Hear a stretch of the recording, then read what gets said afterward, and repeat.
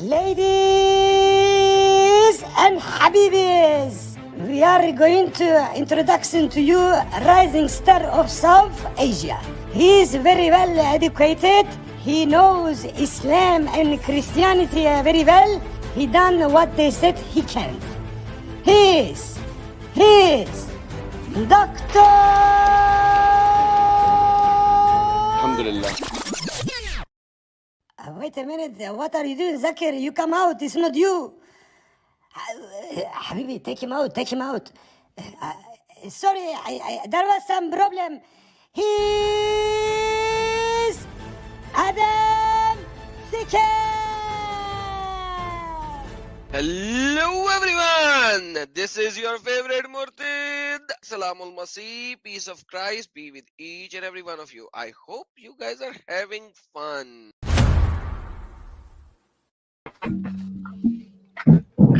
And hello and welcome everyone. This is your favorite Murtad and Andrew.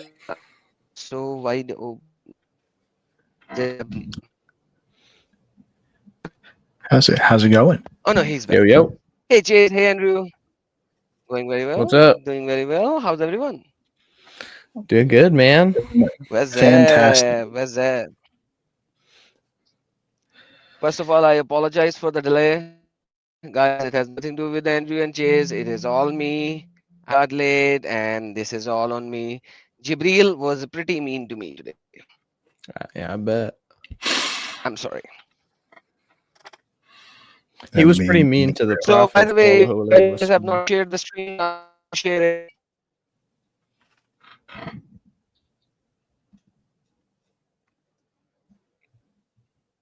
Oh, he went mute. I'm assuming what he was saying was, oh, he's back. Shared the stream, liked the stream. Who are you talking to? Everybody. Yeah, everybody, please like and share the stream and retweet it as much as you can. This is very important. Seems like I'm in a lag. Am I in a lag? You were breaking up just a little bit. We can hear you all right now, though. All right, awesome. So if you can hear me right now, that is good. Sorry for this inconvenience, everyone. And man, what is happening? Adam Seeker has been swallowed by the Matrix. I am swallowed by the Matrix in Mars. The Matrix is in Mars as well, man. That's so bad. And Nivaida said your audio is bad. Is my audio good, guys, now? As of right now, yeah, your audio is good. Yeah. Perfect. See, this happens. That's the problem. Now it's all good. So I'm back from the Matrix. All right, guys, please like and share and do whatever you have to do. Bring the people here. And today, who's going to present? Because Chase or Andrew, you guys have done an extraordinary amount of work in figuring out where Muhammad took the stories of Sulaiman, the King Sulaiman. I am so intrigued in listening to that beautiful information that you're going to present. That's going to be all Chase. Yeah, dude. I spent the past week slaving over this information. And it is astounding how like 6th grade level plagiarism Muhammad did for Solomon. You do realize that you cannot slave anybody.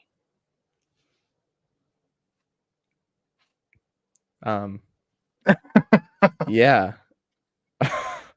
It's an expression. But you still spend the whole week slaving. That is just so mean of you. Who were you slaving, Chase? That's why people don't like people like you. Oh, yes, yeah. You know? No, I was over in the Arabian Peninsula there for a little while. You wanted to follow Muhammad? Oh, okay. Don't follow Muhammad. He's not a character to be followed, FYI. Not a role model to be followed, okay? Follow somebody better. Crash and burn. Chase, how dare you not believe in the flying carpet? You have no idea. No idea what's in store for you. You have no idea. I love it. Chase, I've been Chase knows I've been I started the hadith, so I've been reading Al-Bukhari. So Chase know, from what I've learned so far, it's okay that you have slaves as long as you treat them like brothers, right? Just make sure that just treat him like a brother. But you were reading Bukhari and Solomon? Oh, no. This is a separate thing.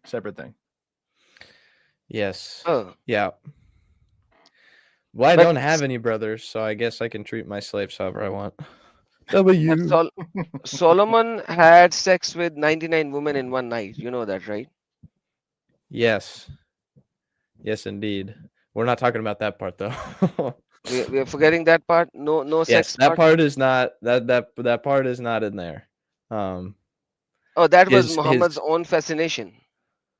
Well, his strength was nothing like our prophet, So we left that part out. Yeah. Oh, okay. All right. Yeah. So we are talking about the flying carpet, right? Oh, yeah. Not just the flying carpet. Absolutely not just the flying carpet. We're talking about the flying carpet, which is made of wood, and Solomon had his own army, and the donkeys, and the camels, and the swords, and the everything on that wooden carpet, which flies. Yes. Are we going to talk about that? We are going to talk about that at some point. That's not the most important part, though. That's just funny to me. I would like to say my camera is at a different angle. I don't know if you noticed. So I'm in my dad's office. His main monitor is massive. So to put the webcam on top of the monitor means to put it like 8 inches above the level of my head. But I have to do that or else I can't see what I'm presenting.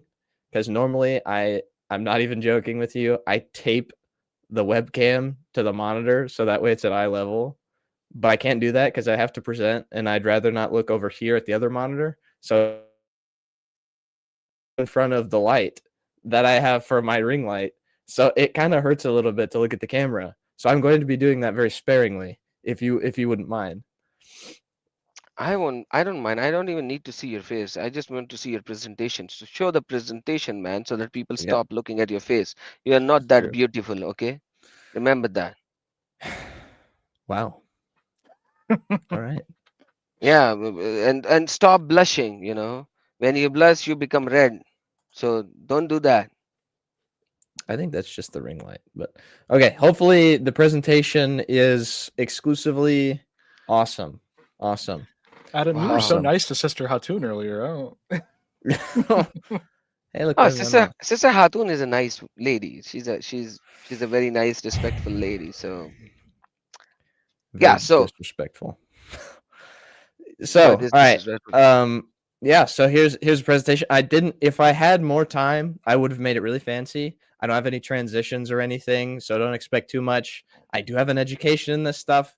Don't shame me, please. It looks as good as I possibly could have gotten it with the amount of work that I put into it. So all the presentations that I have made so far in my life, there is no transitions, but I never mentioned that part. But now that you have mentioned it, I am going to shame you because you have mentioned it. Otherwise, my presentations are as flat as they ever could be. But thank you for letting me know that we can shame people on the style of the presentation instead of the content of the presentation. So thanks for letting me know that. So I'm ugly and my presentation sucks. Is that what you're trying to tell me? Nobody is ugly. You are made in the image of God. I never said you're ugly. You are reading between the lines. I never said that.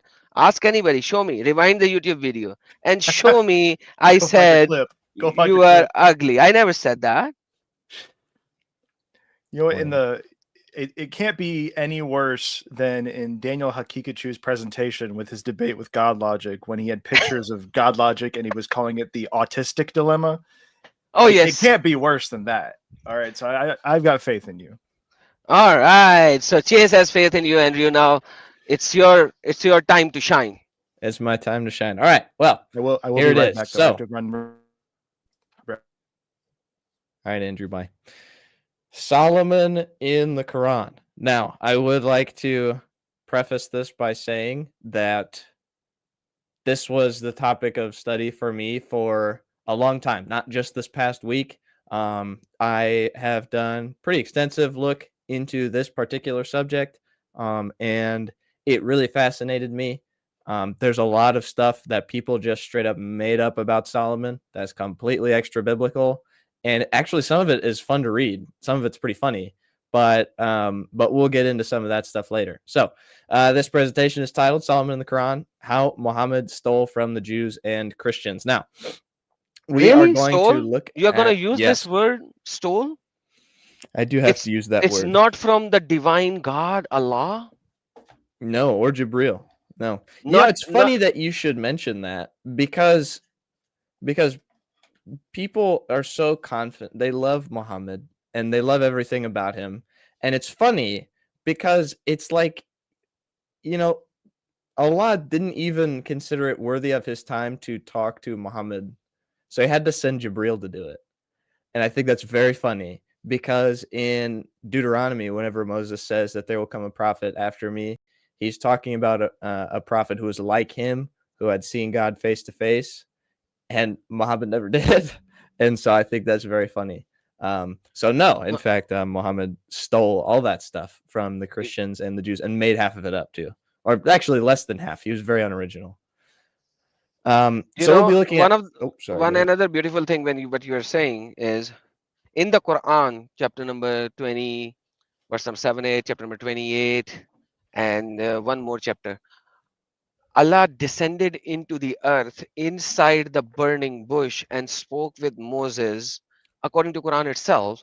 And the voice came from the burning bush saying, Innani ana Allah. Indeed, I am Allah, your Lord.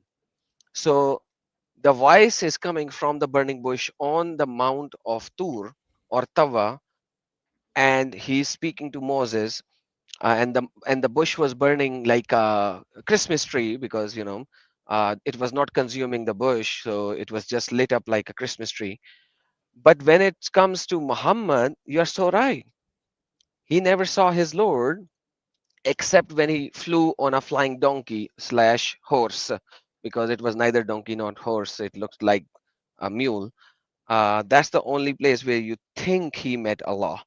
So you are so right about it. Yeah, that's a very fascinating description that you describe very casually. I think we should enforce this description. Yeah, I think so too. That's the express purpose. Moses was saying that there's going to come a prophet after me, like me, one who has seen God face to face. Muhammad never did, unless you subscribe to the, the Donkey 747 space shuttle that went up to Allah. But yeah, so I like using that a lot. I like that a lot. So I don't know why my webcam and all that stuff cuts out intermittently. I've noticed that I am the only one that ever does that. And it happens not only when I'm in my dad's office, but also when I'm upstairs in my own room.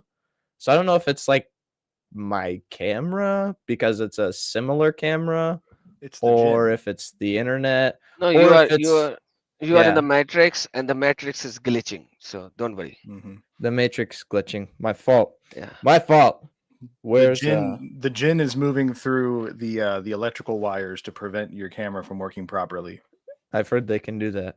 I've heard they can. I haven't seen any shooting stars, so clearly Allah is not concerned with shooting. Yeah, I don't know why you are so concerned about your face and your image and your webcam, when the real concern should be your presentation. Like, come on, man, stop self-praising yourself. It doesn't matter. Nobody's even looking at your face. Is it's not just the presentation just did the same thing. That's why I brought it up. So I hope that the presentation doesn't do that again. There is no sliding things or anything in the presentation anyways. It's just a static screen. So stop it, man. Really? Alhamdulillah. Like, seriously, I don't want to use allegorical things or representation, but when you blush, it looks like a newborn baby chicken who doesn't have feathers on him, and it's just red. So stop blushing. It just means the hate. It's visceral. I could feel it right now. No, I love chicken. I love chicken. Don't worry. It's no hate. I love chicken. I love no. It's just the hate for me. Anyways, so the three things we're going to be looking at concerning Solomon will be Solomon and his interaction with the jinn, or the shayateen, or the demons, which I had a long conversation with Usama about this the other day. a lot of times in the Quran, whenever modern Muslim translators will translate it as demons, it's actually the word for Satans. So it's not exactly the best translation because Satan is kind of a name. And so when you say Satans, you're implying that there's more than one of Satan, and that doesn't make any sense. So that's just another reason the Quran doesn't make any sense. I like when the Quran doesn't make No, any sense. It makes my job easier. you have not studied the Quran properly. Quran talks about the children of Iblis. Okay. So Satan lays eggs. Mm-hmm. Yeah, dude, you are so mean. Right. You're Right. so Because mean. what You're now? so mean. You, Satan lays eggs. Okay, dude. Sorry, go ahead. Keep going. okay, okay. I'm sorry, guys. I have to show this now because this small little chicken will not understand what I'm showing. I have to show it. Oh, dude, shout out to Chris. Chris is here. What up, Chris? Hey, Chris Claus. No. There's I another wonder. Chris as well. Oh, he's in my stream. Chris isn't in Adam Seeker's stream. Only Chris only likes me. Okay, It's I true. don't know if it is Chris Claus or what, but anyhow, No, it's fine. Allah It's created Chris Harvey. Satan Anyways, with male thingy on his right thigh and with female thingy on his left thigh. So right. whenever he wants to create babies, he moves his thighs. Chop, Yeah, chop, chop, chop, chop. And the that was unnecessary. yeah, okay.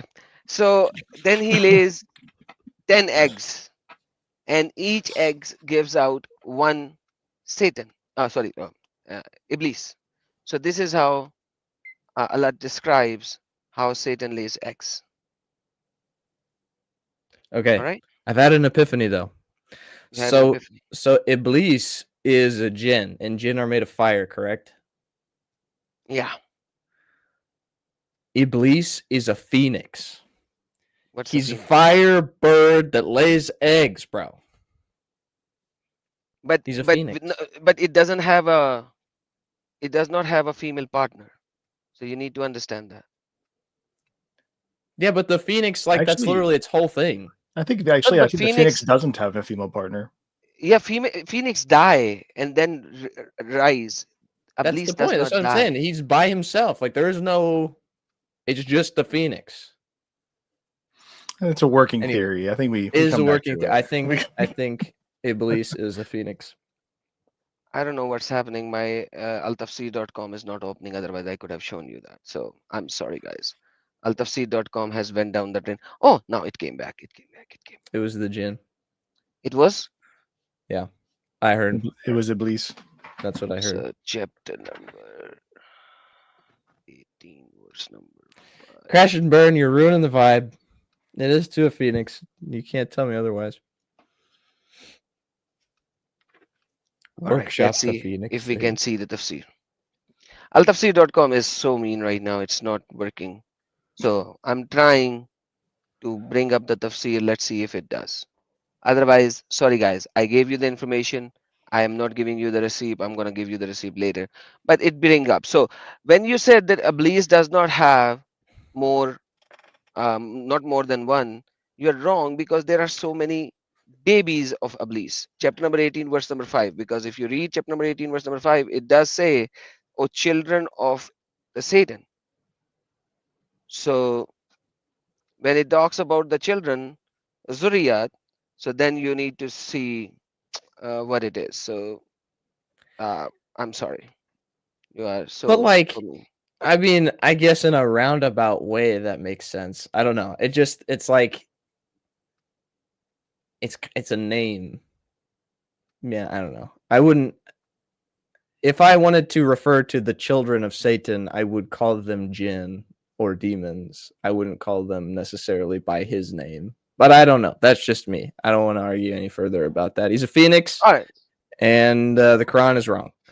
All Okay, right, let's move on. here we go. So we're going to be talking about that in a couple of different places. So Surah 2, Surah 21, Surah 34, Surah 38, and then Ibn Kathir has some of the best, most awesomest commentary on this that is completely Jewish you have ever heard in your whole life. So there's that. We have Solomon's rule over the wind, which I find particularly Jewish, and we will discuss that, and Jewish and Christian, and we will discuss that in Surahs 21 and 34. And then Targum Shinai, which is a Jewish Targum, and a Targum is a translation of a certain book of the Old Testament from Hebrew to Aramaic. So in this case, Targum Shinai is the translation of the book of Esther, but it's not the first translation. It's the second Aramaic translation of the book of Esther. So it's got a little bit more commentary in it than I believe the first one does.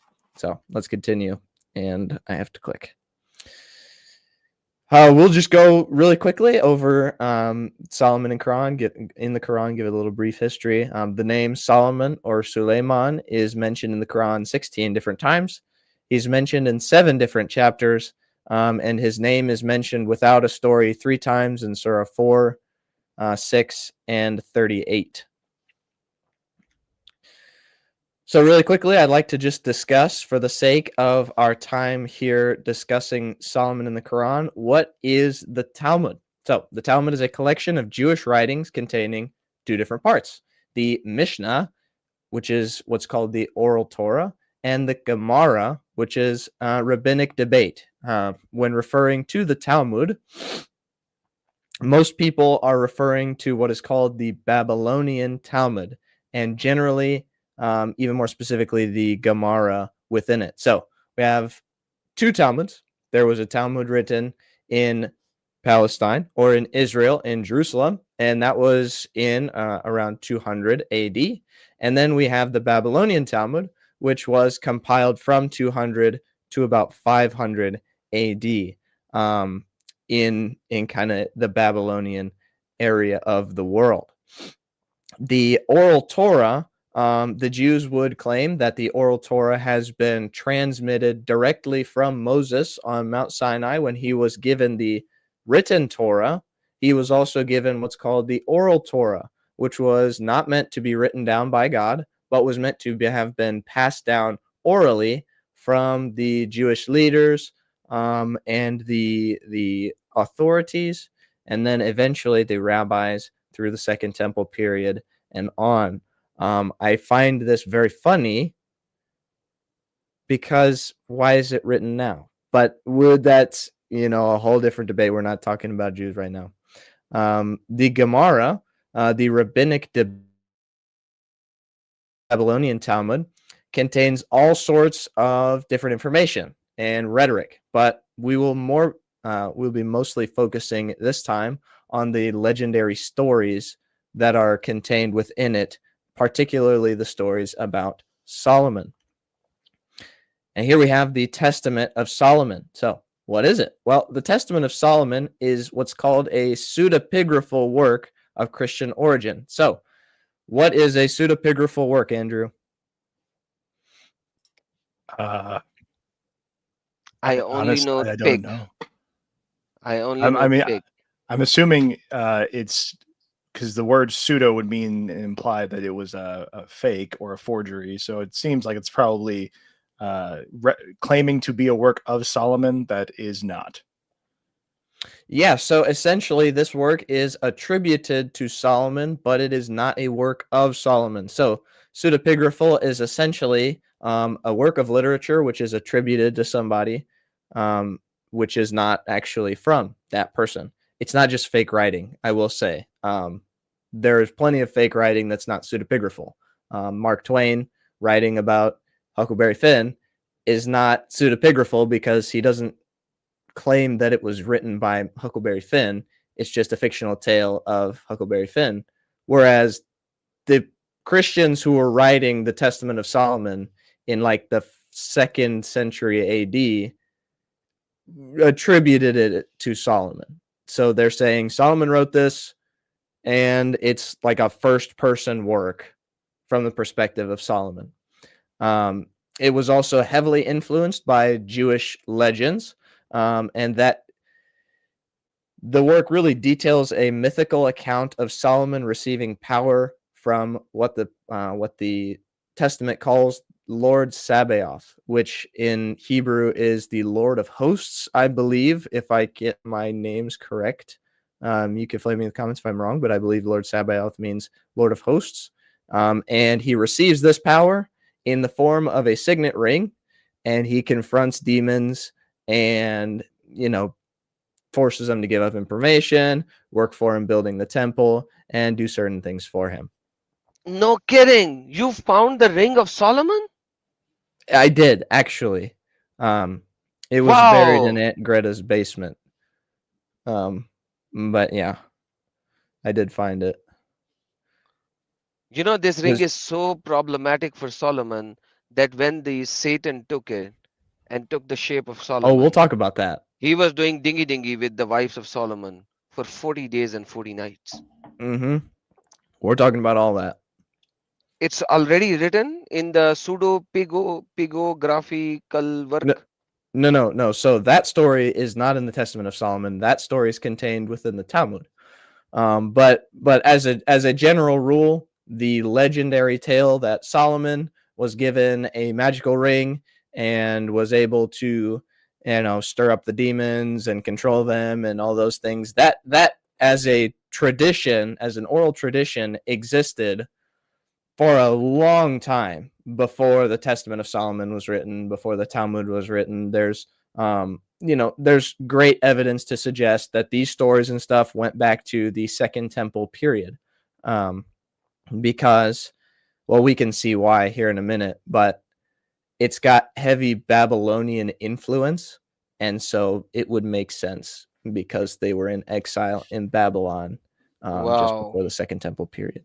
So yeah. So that has a lot of mixing with like Jewish mysticism, like Kabbalah, right? Like there was a lot of that stuff floating around when all that the mysticism was starting to integrate into Jewish lore. Yeah, so when they went to Babylon, they went east, and so they were enslaved in Babylon, and Eastern thought really runs through Babylon, along with Southern, more like interesting thought. We'll get there. It's very fun. It's a very fun topic. So all the words are very colorful.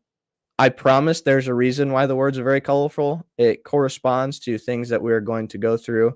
And I'm going to be really honest with you. This color and this color look virtually the same on this computer. They're not. They're different. They look different on the live stream, but it is a different color. I promise. It's just really hard to find like a good light color. Anyways, I don't even know why I'm talking to you guys about this. So I just like to recite for you this very important passage of the Quran. Guys, forget the data and just worry about the colors and the presentation. You see, I told you. Our Chase brother is always on the style of the presentation, not the data. Dude, give the data. I'm sorry. It just, as a very media-oriented person, it really bothers me when something isn't exactly like the way I want it. So, anyways, here is everyone's favorite book, the Quran, Surah number 2, verse 102.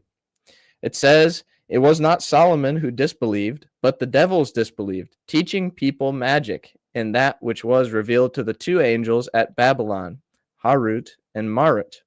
But they," i.e. the 2 angels, "do not teach anyone unless they say, 'We are a trial, so do not disbelieve.' And yet they," i.e. the children of Israel, "learn from them that by which they cause separation between a man and his wife. But they," i.e. the children of Israel, "certainly knew that whoever purchased it," i.e. magic, "would not have in the hereafter any share. And wretched is that for which they sold themselves, if they only knew." So, like Adam said, only focus on the colors and not the content of the slide. Oh, shoot. Here we go. All right. So, like I said, the colors do correspond with the different slides we're going to be going to. So, The idea of demons coming and teaching people magic during the reign of Solomon is nothing new. The Testament is rife with examples of demons teaching magic and incantations. Literally every single demon tells the name of the angel that binds them. So Solomon will come with his ring, and the demon will be placed before him, and he'll say, "Tell me the name of the angel that frustrates you or confounds you, binds you." And they'll say, "Oh, King Solomon, blessed are you. The name is the demon, or the angel is Azrael, or the name of the demon is Uriel." So immediately there's this idea that if you say the name of the angel, the demon will flee, right? So this kind of magical thing. And each demon is kind of associated with a certain work. So like we'll say the demon, trying to think of one, there's a demon, it's hard, they all kind of flow together. I forget which one, Of but let's demon of say, hitting people in the afterlife. yeah, let's say there's a demon of people who hate on people when they describe their presentation because it looks really good and they're just jealous. Let's say that demon comes before King Solomon, and the Solomon's like, "Tell me the name of the angel that binds you," and the demon's like, "Oh, angel, it's the name is Michael the archangel." He's like, "Okay." So the idea there is whenever there's someone telling you that your presentation is bad because it looks bad, then you say the name Michael and the spirit leaves, right? So that's kind of the idea there. And not only that, but some of the demons give instructions for incantations. So incantations being like, you take a piece of paper, you write bibbidi boop on it, and then you take a hammer and you knock on it twice, and then you fold it up and you put it in the mailbox, and something's supposed to happen. There's also demons who say, you take a fruit and a vegetable and something, you put it together and you burn it all, and this is supposed to happen, right? So magical kind of incantations. One of the demons, a female demon, is confesses to being magically convoked or kind of like summoned by some people. So all this idea is a bunch of magic around Solomon. Now, I will note there is a difference here. The demons in the Testament of Solomon don't teach willingly necessarily their magic to people, but they are forced to. However, the archdemon Satan himself, who's called Beelzebul in the Testament of Solomon, does confess to sending demons to people to lead them astray. And we'll see that later. So that kind of really does carry the connotation that these demons are actively convincing people to, worship anything other than God or something like that. So we'll check that out here in a minute. The two angels of Babylon. This is very important. Extremely very important. The Testament of Solomon was particularly influenced by Zoroastrianism. So this being was the main religion of Babylon for a very long time. It's kind of known for its detailed demonology and inclusion of a demon named Asmodeus. Now, this demon is named Ashmadeva in Zoroastrianism, but his name Asmodeus appears in the Testament, and his name Ashmedai appears in the Talmud. So this is a very important demon who was very apparently influential in that area of the world, apparently for whatever reason. So I don't really know why. He just appears in a lot of these different stories. So it's pretty interesting to kind of see the correlation there. Like I said, Zoroastrianism was the religion of Babylon and later Persia, and scholars believe that it highly influenced Jewish thought and folklore, especially post-exilic Second Temple Judaism. When they came out of that area, that it carried with it that same demonology and astrological kind of means of dealing with people and with the world and a bunch of this other stuff. So yeah, now this is really what I wanted to get to. So the names Harut and Marut are, and this is almost unanimous within scholarship, transliterations of two Zoroastrian deities, Haruvatat and Ameritat. Wow, you It's found literally these like, you found these angels from yes. the pseudopigography film something, right? No. It's not. They're not in the Testament. They're just in Zoroastrian thought. So they're Oh, two deities within Zoroastrianism. so But this if you look it up, verse alone is like the Solomon from the pseudo and from the Zoroastrianism and the angel. Wow, that's like a lot of mixture of a lot of theologies in one go. you don't even know the half of it. We're gonna get there. So yeah, these two deities. Now it's funny because how they're described in the Quran is nothing like how they are in Zoroastrianism. They're kind of two. One of them's like a life-giving deity. The other resembles like immortality and different things like that. So they're not deities that like, test people with magic or something like that. But I mean, it is worth noting that that's what they are. Like, that is literally a transliteration of two random Zoroastrian deities. And so this kind of gives credence to the idea that Muhammad was the ear, right? He just kind of heard whatever, and he was like, that's great, going in the Quran, He was like, what? What? Scratch that. It's Harut and Marut is going in the Quran, So he's very, he kind of changes a couple things and then puts it right in the holiest book of the second, world's second most major religion in the world. So that's very interesting. Also, please do not pay attention to the fact that I did not put another, quotation mark there. So, but they, i.e. the two angels, do not teach anyone unless they say, we are a trial, so do not disbelieve. This portion of the verse of Surah 2102 is very funny to me, first of all, because it's like, we're a test. Don't disbelieve. Don't do what we're doing. But if you want to know how we're doing it, here's how you do it. But anyways, in the Quran, we see that Harut and Marut are sent down by Allah to test the people. This is, unanimous within Islamic thought.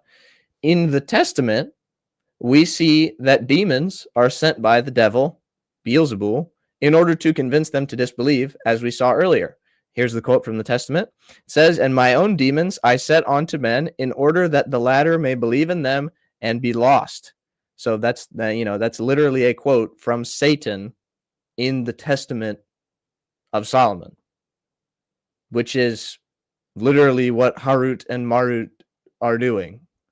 And I think it's very funny because we can see here clearly that Muhammad conflates Satan with Allah in the Testament of Solomon. So I Isn't love that it. beautiful? I think he correctly conflates Allah with Satan, and Harut and Marut with demons. I think that's completely correct. Score one for Muhammad. He doesn't get many of those, but yeah. So that is, I think, not Muhammad's intention, but it is how the story is told in the Testament. And so I think, like I said, he's changing a couple things around, and he's like, well, actually they're just a test, and so anyways, this one's very interesting.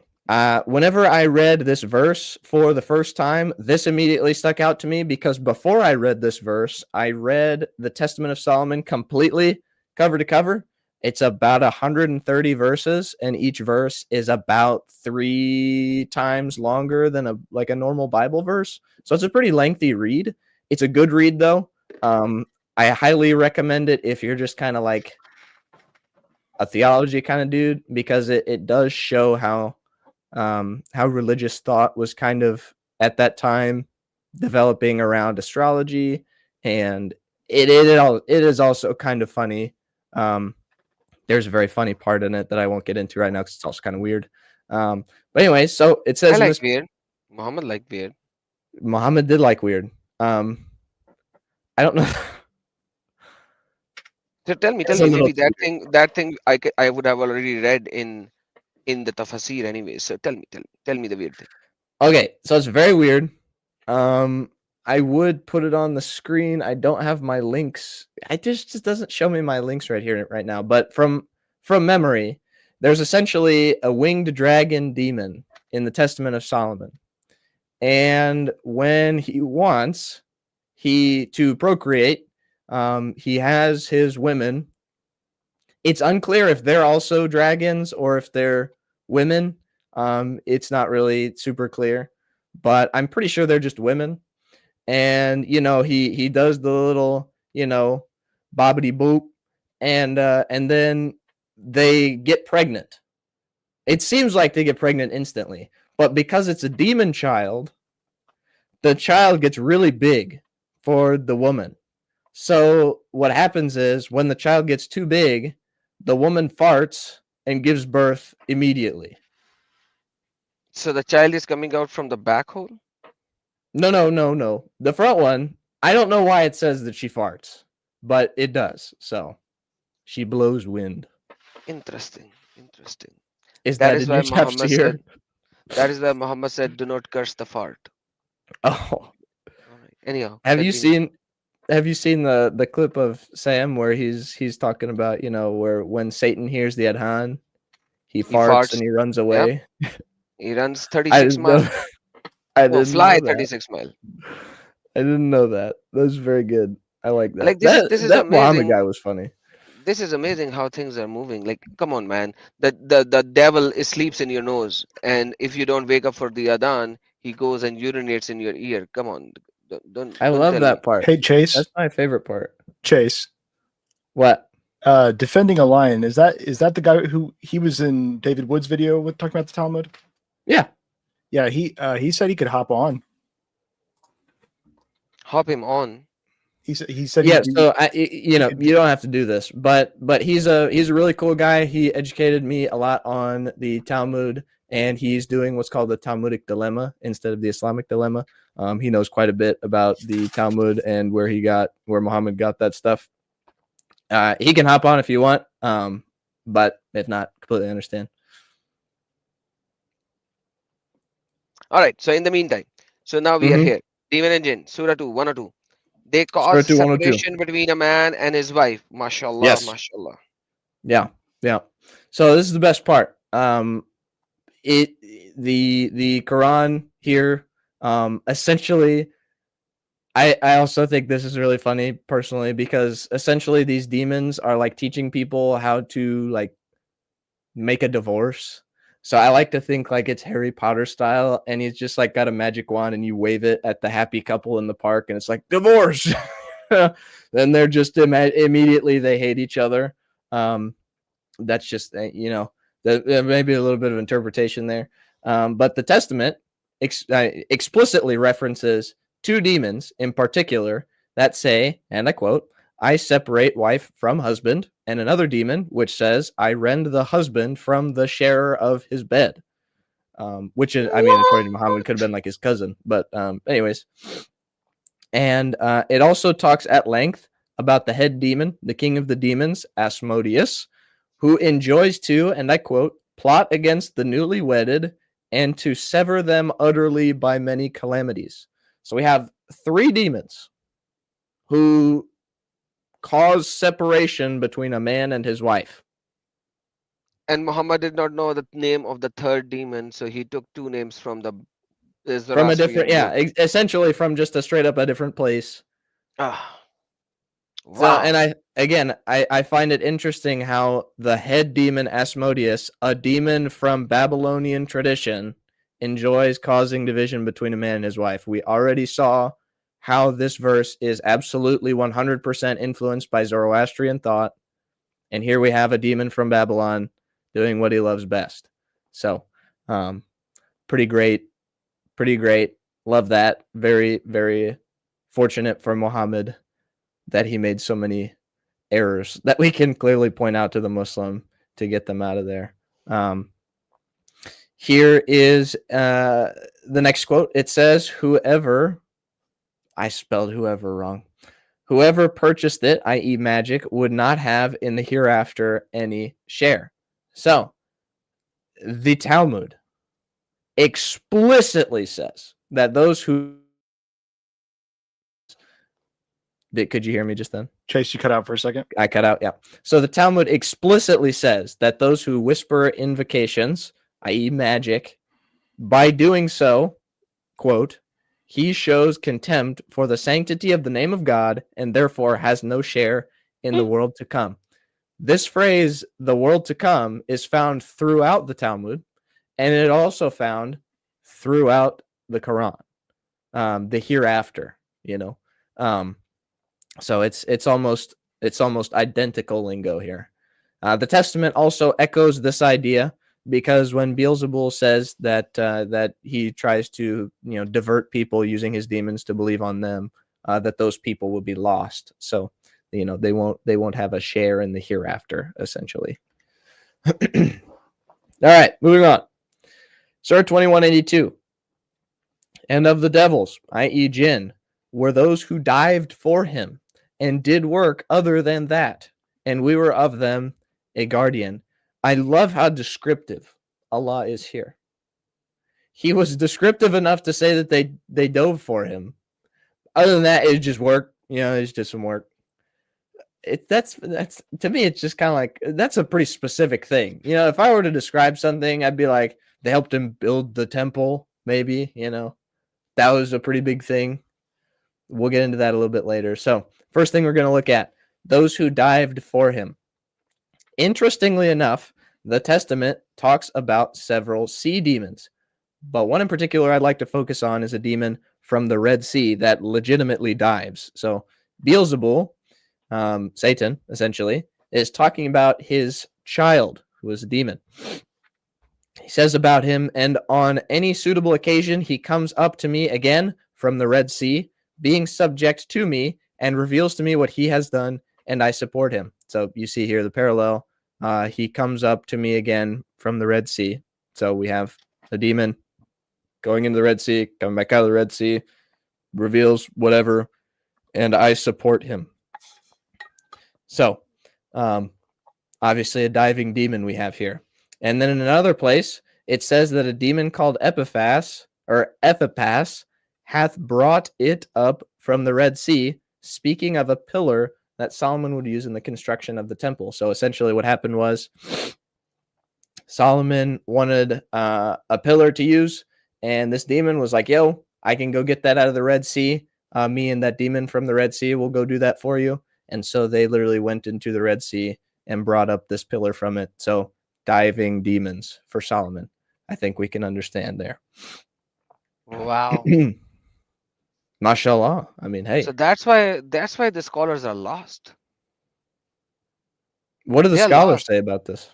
Because they're simply lost, because they don't know where everything is being taken from. So yeah, actually, are making very strange interpretations, but they don't know what is happening. So what I was talking to Usama, which bless brother Usama, he helped me a lot with this study as well.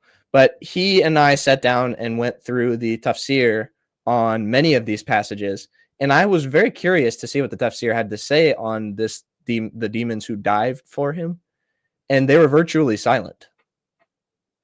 So it was pretty interesting to see that even they were confounded. They were like, "What the heck? Where did Muhammad get this?" Of course, we can make a very good case that this is where he got it from now. And like I said, did work other than that. Very broad statement for a very big, big. Ibn Kathir says that Solomon, these demons who are with Solomon, they would dive for him in the water to retrieve pearls and jewelries for him. Yes. Yeah, I remember that's what they said, and that's what virtually all the commentators say. But so it's very like generic. And one of the things that I didn't include in this one is that there is a demon who who goes into the waters. He's essentially the demon of the sea. It's funny. I believe he's got the front half of a horse and the back half of a fish, or vice versa.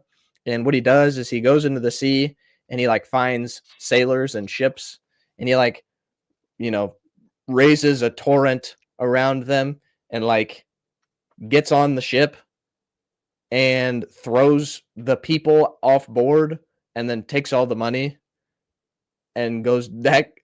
So that's essentially kind of what Ibn Kathir was saying. I don't think that that's really what Ibn Kathir was. He was just kind of generically being like, yeah, they go down, they dive, they get stuff for them. What do you want? I think that's kind of what Ibn Kathir was thinking. So you're saying he describes a literal seahorse? Like you combine those words, you get a half horse, half fish creature. Yes. Okay. Interesting. Yeah. The Testament of Solomon was way ahead of its time. Yeah, that seems like it. So it did work. Other than that, again, very general statement for a pretty darn like shock. This other work than that, there was a lot that went on. Like other than the subway, they had everything there. So the Talmud and the Testament are both filled with examples of demons doing work for Solomon. The Talmud quotes our second actual Talmud quote.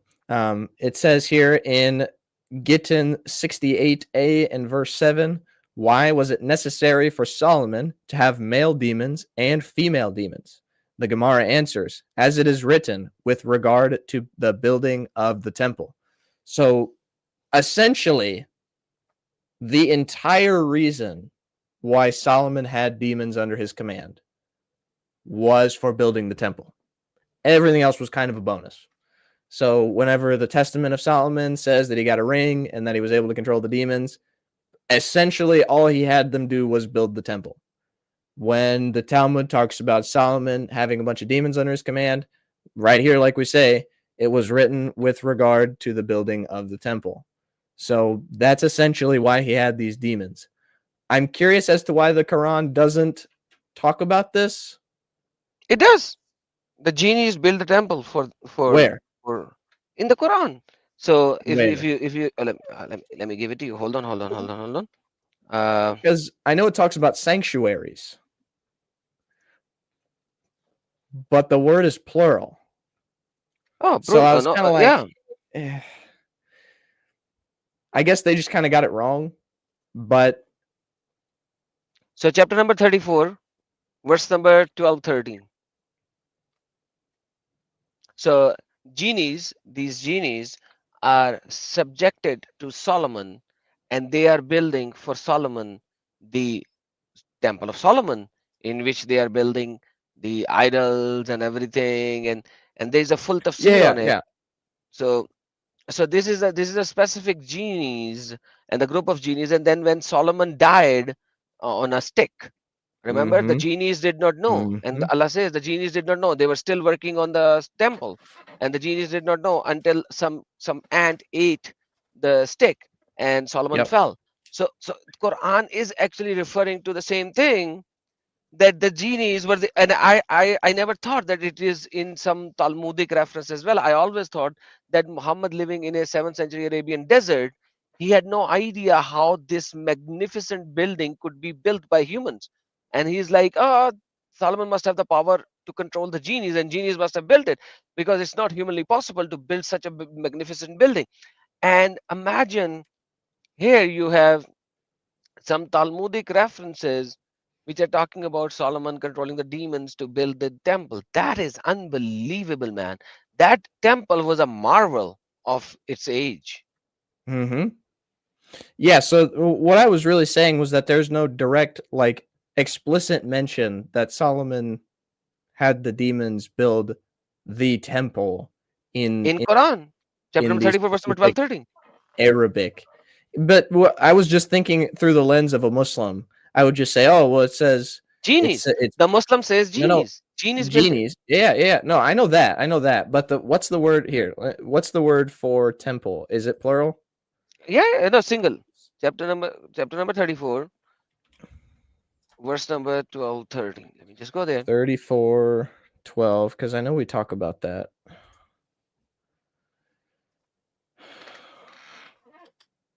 So they made for him what he willed, elevated chambers, Elevated mihrab, chambers.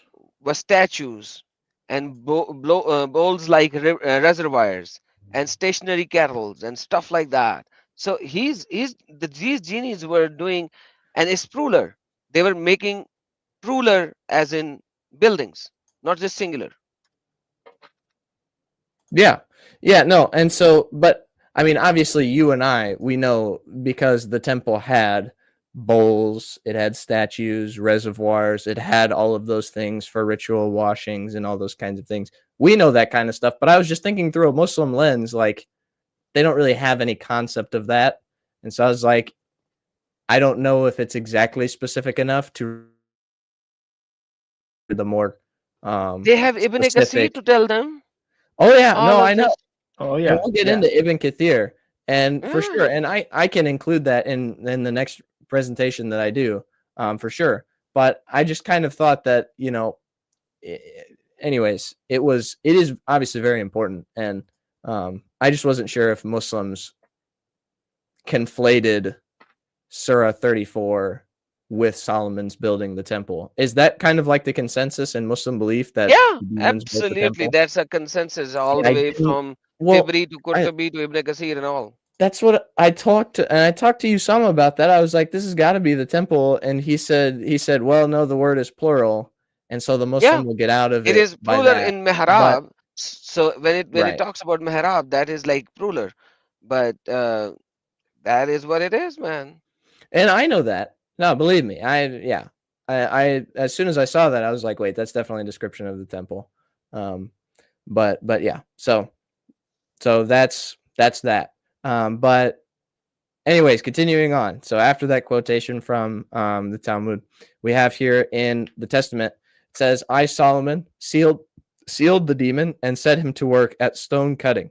That is the Testament in verse 11. That is Oh just my one example God. of the task So that so in the that in the Solomon set to do. story in the story of Solomon, Solomon was supposed to cut the glass without Oh, we're shivers. getting there. We're getting there. And then this is in the That's later. Talmud that he used the genie to do that. No. That's not this part. That's a different part. This one, But you just read it. It's right here. No, I know. More specifically, that's later in the presentation. 100%. This is a reference to something else in Jewish teaching, which we will get to later. But yes, he set him to work at stone cutting is directly a reference to the fact that in Muslim and Jewish thought, you couldn't set a tool to the stones because of what God said to Moses.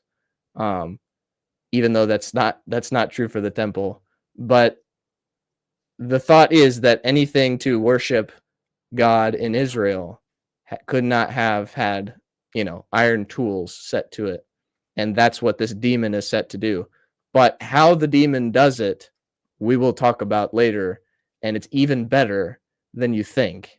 It is 100% from the Talmud. Like literally word for word, what the Muslims believe is in the Talmud. I promise. We'll get there. So Move fast. yeah.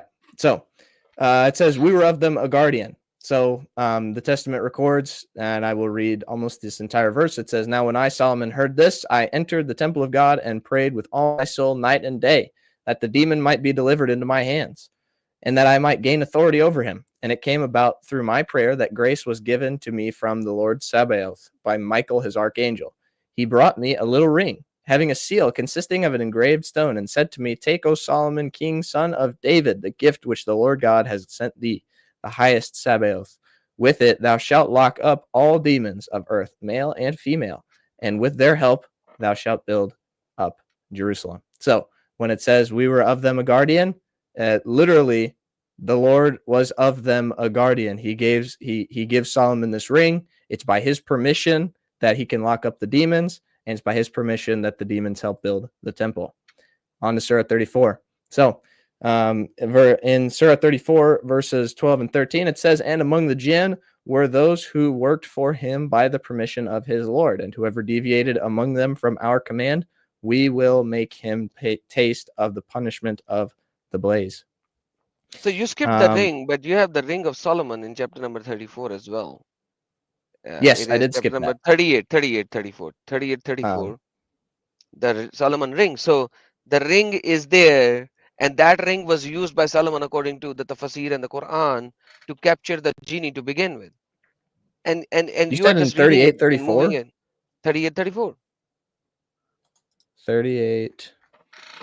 Here, now I'm looking it up.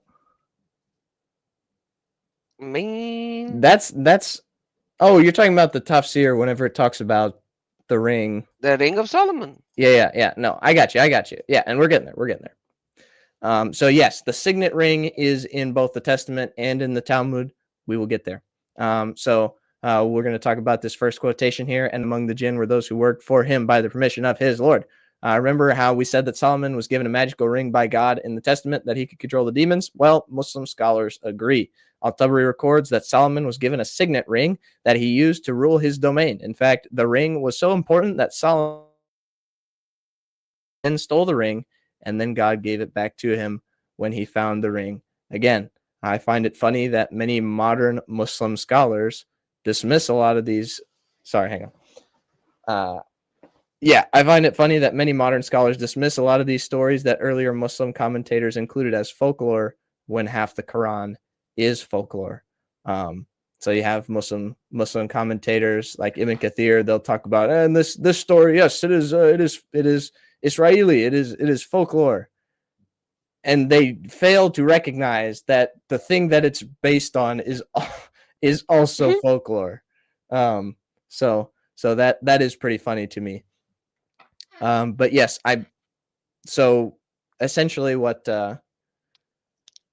Adam was talking about earlier is, I think, let me make sure, I'm pretty sure we go through this later on in the yes, yeah, we do go through this later. So yeah, all right. And we will make him taste of the punishment of the blaze. This is not from the Testament or from the Talmud. I just thought it was very funny because jinn are made of fire. So how exactly is this supposed to punish them? You know what I'm saying?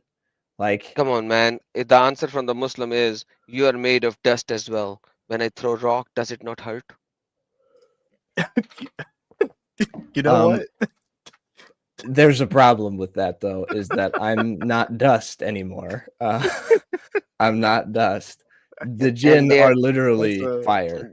Jinns are also not the fire. When you touch, you don't burn. So the fire made them genies. So you guys are so Islamophobic. You can't even comprehend that. You guys are made of dust. My question stands. Honestly, though, that response is clean. You see, and you got it right. I said the same thing, and I was like, man, you are so right. You're so right. Yeah. I can't say anything about that. I don't know. Yeah, I understand what you're saying, but again, like, how is this supposed to hurt? It's supposed to hurt. We'll get there. This is where we want to get to. I meant to put Surah 30. Yeah. Anyways, but whatever. I did some of this stuff literally right before we went live. So we'll talk about Surah 38, in which Adam is so adamantly asking for this story. Yes. So the comment that you just brought up, Targum Shinai, we will talk about Targum Shinai at the end of the presentation because it is very important to recognize this. But Surah 38 says, and indeed, we tested Solomon, placing a body on his throne. Then he turned. He prayed, my Lord, forgive me and grant me an authority that will never be matched by anyone after me. You are indeed the giver. I didn't include this in the presentation, but I would just like to point this out. An authority that will never be matched by anyone after me. This is 100% Jewish thought. Essentially, the Jews were convinced that some of the passages that we would consider messianic about ruling like literally the world and stuff like that, the Jews believed were true of Solomon, so that he had essentially this dominion over everything. In fact, it goes so early that very early Christian commentators have to debunk this in order to show Jews that those passages are actually messianic in nature. I forget, it's not John Chrysostom. It is one of them that I can't remember right now, but he literally is just like, you think this is Solomon, but it's not. It's Justin Martyr, I believe. He says, you guys, on his dialogue with Trypho, the Jew, yeah. He says, you think that this is about Solomon? It's actually not. It's about Jesus when he, finally comes back in his glory and all that stuff. So whenever Muhammad says, grant me authority that will never be matched by anyone after me, straight up Jewish thought. Straight up Jewish thought. So, placing a body on his throne. This is the 100% abridged version, translated by Chase. So, Al-Tabari records that one time Solomon went to use the bathroom and gave his signet ring to a concubine to hold for him while he did his business. While he was doing so, a demon convinced the concubine to give him the ring. And when she did, Solomon's throne was taken from him. Solomon then went on for a time as a commoner.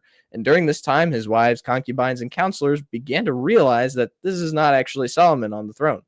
Solomon then found the ring again in the belly of a fish, and God restored to him his kingdom. But like, how did the concubine realize that this is not Solomon? You know the answer to this. You just want me to answer. So essentially, the wives and stuff, they were like, we don't like this. We don't think it's Solomon because bang bang while we're menstruating. Exactly. Hold on. You actually cut out for a second. So they realize that this is not Solomon because he's doing the ding ding bing bing bang bang while they are menstruating. So this demon took control of the shape of Solomon, and he banged all of the 100 wives of Solomon. Yep. Mashallah, mashallah, mashallah. That's what Ibn Kathir and Qurtubi both are saying. Subhanallah. Yeah. Subhanallah. Not only that, but it says that I think that's actually found in the Talmud. But they were like, yeah, this dude is asking us to have sex with him even when we're menstruating and whatnot. So this cannot be Solomon. So this is how they realized. So after they have all been defiled by demon, they realized, oh, he can't be Solomon. That is so crazy. So I would like to recount how this story was originally told. The story that Tabari records is found nearly identically in the Babylonian Talmud, more specifically in Gittin 68a through b, which is the portion that we read from earlier. But it actually contains a lot of stories about Solomon. It also says that they realized after they were doing sex in the menstruation period. Yes. Yeah. No so kidding. In the Talmud, Demon King Ashmedai convinces Solomon to give him his ring. Then Solomon is flung by Ashmedai 1,600 miles from his palace, and he becomes a beggar. During Solomon's time off the throne, his wives, concubines, and counselors begin to realize that whoever's on the throne is not Solomon. Eventually, Solomon returns to the palace, is given the ring back, and Ashmedai fled from out of his sight. Let me go ahead and make sure. Let me go to Safaria. So how did he get the ring? Because I know that according to Ibn Kathir, one day the genie was swimming in the pond and the ring fell from his hand, and then a fish ate the ring, and then Solomon was working for a fisherman, and there he cut a fish open for somebody, and he found his ring and he wore it, and he's like, I am the king, and he became the king again. So how did he became the king in Talmudic story?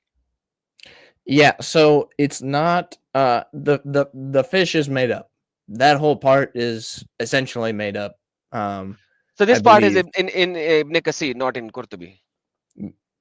Yeah, the part about the fish is not in the Talmud. Let me go ahead and make sure It's The down beautiful part is here. when Take the the beautiful part in chain. Ibn Kathir is when he went to the fisherman and he said, "I am the king," and he's like, "Shut up, get the hell out, Yeah, he just hits start, him. start doing work." Yeah, he literally. I'm pretty sure in the tafsir it literally says that the fisherman like hits him in the head, and Solomon's like on the ground bleeding, and his buddy's like, "Dude, who's that?" He's like, "I don't know, some idiot who claimed to be the king." He's like, "Come on, dude, you got to do something about that." So then he like out of the goodness of his heart gives him 2 fish, and when Solomon cuts open one of his bellies to like pan fry him or whatever, he gets the guts out, and lo and behold, there's his ring. Mashallah, mashallah. That's when I take the chain. Solomon, with regard to the prophet, is a And person. he's saying, your friend is saying, they just inscribed the name of Yahweh onto the ring, and that gave it magical powers. Wow. I didn't know it was Yes, dude. I was right. So number one, you remember in the story with the Queen of Sheba? Oh, hang on. Yes, Remember in the I story know. of Sheba where Yeah, she has to lift her dress because she thinks it's water, but it's actually glass. yeah, because Solomon did all of this because he wanted to see if she saves her legs or not. If she was a demon. So in the interpretations in the tafsir, there are some scholarly opinions that whenever she lifted her dress, her feet were hairy. Yeah. And only demons have hairy feet, right? Oh, yeah. So she Okay. did not So had enough hair. here's the best part. So it says that the Sanhedrin sent a request to the queens. This is in the story of Solomon with regards to his stolen throne. It says they sent a request to the queens. It says check his feet to see if they are human feet. The queens sent a response to the sages. He always comes in socks, and it is not possible to see his feet. So apparently, demon feet was a massive concern in rabbinic Jewish thought. Demon feet were is heavily catchable disease, and so they're like, does he got demon feet or not? So that's very funny that the whole demon feet thing is congruent through. But yeah, so like you said, and I was correct. So it says in Gittin 68b concerning Solomon's deposition, the queens continued discussing the king's behavior, and he demands of them, i.e., the queens, to engage in the boom boom bam bam when they are menstruating. Actually, the Talmud goes even further. Wow. It says, and he also demands that Bathsheba, his mother, engage in the same. So that's crazy. Chris mentioned that in the chat. I was going to say something about it but when I found a second, that's crazy. Once the Sanhedrin heard this, they understood that it was an imposter and not actually Solomon. Okay, one of the things that some people don't really understand that is really funny about this is that it mentions the Sanhedrin over and over again. There was no Sanhedrin in Solomon's day. That didn't exist. There was no Sanhedrin. No. It wasn't a democracy. It was Solomon. It was the sons of David or nobody. So that's one of the ways that you can kind of determine that this story does not in any way, shape, or form go back to Solomon, because there was no Sanhedrin. Chase, the chat is seeming to have an issue right now, and I was thinking the same thing. When you think of hairy feet, you think of the hobbits. So are you trying to say hobbits are demons? Ashmedai was a hobbit. Actually, it's not true. In the story with Ashmedai and Gittin, it says that once Solomon gave him the ring, that he grew to be so large that one wing touched the heaven and another wing reached to hell, essentially. So that's insane. Wait, Chris is saying that they believe the Sanhedrin goes back to Moses. I mean, that's obviously just made up. Yeah, but that's crazy. That's crazy. Yeah, that's a fan fiction, but that's crazy. That's so. But it can. If the Sanhedrin didn't go back to Moses. No, it can. If Solomon's wife can be effed by all these one single demon by wearing the ring, then definitely Sanhedrin can go all the way back to Moses. Come on. Yeah, anything's possible. No, I mean, again, yeah, I know that these people do believe that the Sanhedrin go back to Moses, because why would they make up all these, retarded stories and include all this stuff if they didn't think it was real? But like, they didn't, because the Sanhedrin implies that there was like. Now, I understand that there was definitely a council, right? That like, David and Saul and all those guys had a council of people, but there was no voting in the kingdom of Israel. Make no mistake, it was what the king said happened. So. Anyways. Okay, so placing a body on his throne. Yeah. So the whole queen menstruation thing, that's real. That's real. That actually happened. All right. So Ibn Kathir, you guys are in for such a treat. So, Ibn Kathir states, and I forget which verse this is on. Usama and I just kind of went through. And read it, and I will tell the verse. Come on, read. Well, no, this isn't the verse. This is just the tafsir on the verse. But it says, so Ibn Kathir states that there was a demon in the sea who could help him build the temple without using tools. Solomon then went to a spring in the sea from which the demon would drink, drained it of water, and filled it with wine. The demon then came, saw that there was wine in it instead of water, and after refusing to drink it due to wine making a person foolish, he drinks it because he's very thirsty. When he had become drunk, Solomon sealed him with his ring. That's how it happened. He got drunk with water, and then that's what happened. Please, tafsir writers, how did he drain the spring in the sea of water? How did it happen? As soon as Usama and I were reading this, I was like, what do you mean he drained it? What does that mean? It's a spring in the ocean. Like, yeah, there's the ocean does get some water from underneath of it. But like, you can't just, like, what do you mean he drained it? It's not how that works. Anyways. That is exactly how it works, man. The highlighted portions are the exact same. Dang it. Anyways. In the Talmud, Gittin 68a states that there was a demon on a mountain who could help him build the temple without using tools. This is the tafsir of 38-34. Okay, that's what I figured. Solomon's servant then went to a spring on the mountain from which the demon would drink. He drained it of water and filled it with wine. The demon then came, saw that there was wine instead of water, and after refusing to drink it due to wine making a person foolish, he drinks it because he's very thirsty. When he had become with a chain. I think I cut out for a second.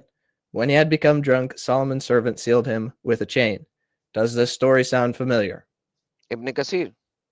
Sounds very familiar. Ibn Kathir correctly, he correctly plagiarizes this straight from the Jewish sources. Now, obviously, we can see some differences. It's with a chain here. It was with a ring in the other one, even though the ring is mentioned. It was on a mountain here. It was under the water in the sea with another one, which I like to imagine in Ibn Kathir's that Solomon suited up in the wetsuit with the tank, and the breather and all that stuff, and he like swam to the spring with a wine flask with him, ready to do his job. That's kind of how I pictured that it happened. I think it's very funny. But anyways, now, so this is exactly the same thing, right? In fact, one of the things that's very funny that is the same but different between the two stories is that in the Talmud, this part here about the demon not refusing to drink the wine because it makes a person foolish, well, he actually quotes two different Bible verses in his attempt to stay himself from drinking.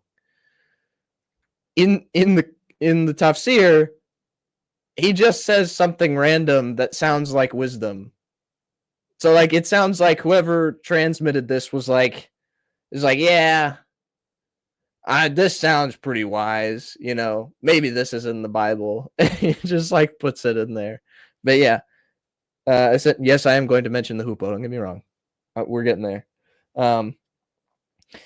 Yeah, so it's funny that you should mention. So, defending a lion says the ring and chain are mentioned in the same sentence in the Talmud. It is mentioned in the same sentence in the Talmud, but it is reduced to the chain in the Talmud, and it is the ring in the Tafsir. I think what happened is that Solomon's ring was much more widely known. Like it, everybody knew that Solomon had a magic ring that he controlled demons with. The chain wasn't exactly something that, like if you didn't know this story, then you didn't really know about the chain. So like, I think it was just kind of like whatever Muslim scholar recorded this interpretation was just kind of like, I don't know, probably the ring. Who knows? Stop talking to me. You know what I'm saying? So I think that's kind of how it went.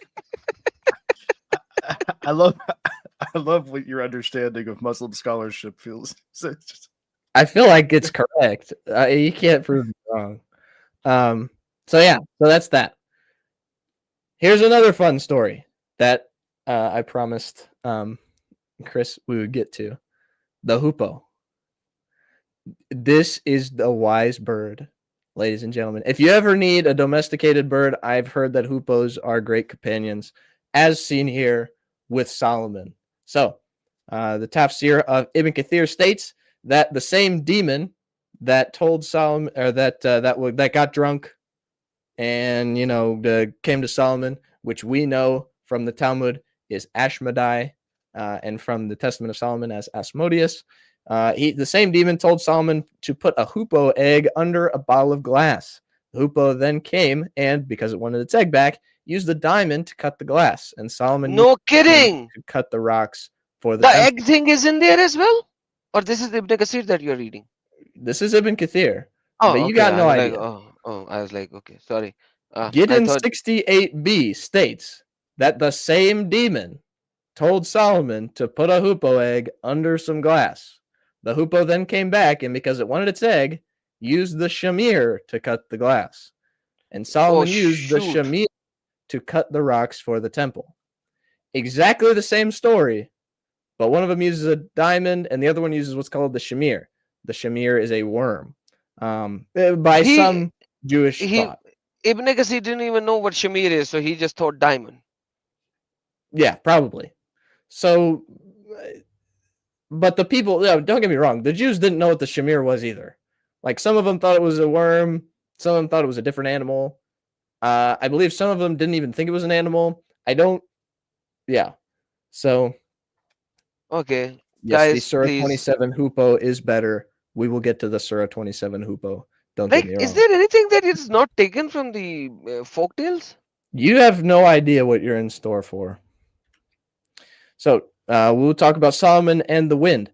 This one is actually very definitely, I mean, it's not word for word plagiarized, but the idea is 100% taken from the Testament of Solomon. So it says in Surah 21:81, and to Solomon we subject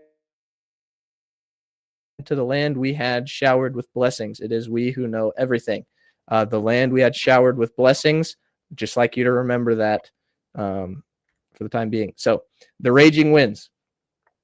The Testament records, and one came before me, speaking of a demon, who carried his face high up in the air, but the rest of the spirit curled away like a snail, whatever that means.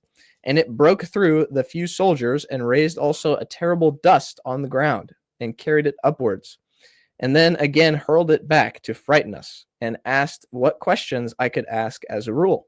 And I stood up and spat on the ground in that spot and sealed it with the ring of God, and forthwith the dust wind stopped. That is verse 32 of the Testament of Solomon. The Testament of Solomon also records a story of Solomon sending a servant out with his signet ring to calm a raging windstorm in Arabia. So essentially, he sends a servant out with the flask, and he's like, all right, the king from Arabia told me that they got a dust storm going on. I'm going to need you to take this flask, go to Arabia, and then put the ring next to the mouth of the flask, and then command the demon to come into the flask. He comes into the flask, and then he shuts it, and the demon is caught in the flask. I told you to remember the land we had showered with blessings, because I think that when he's talking about this windstorm, he's talking about Arabia. I don't know if that's true. Does Muhammad often call Arabia the land we showered with blessings? Or is that Israel? It is. I have no idea, but Muhammad is the blessing for the mankind, and this is That's the true. blessing that we are getting. So yeah, essentially, if the land we had showered with blessings was Arabia, I think we know where he got this from. But if it's Israel, it makes equally as much sense because this happened in Israel. One thing that I totally forgot to mention, I would like to backtrack to Surah 2, 102, in which we talked about Harut and Marut, the angels from Babylon. Actually, I'd like to just go all the way back to that. No. Okay. Hang on, we'll get back there. Okay.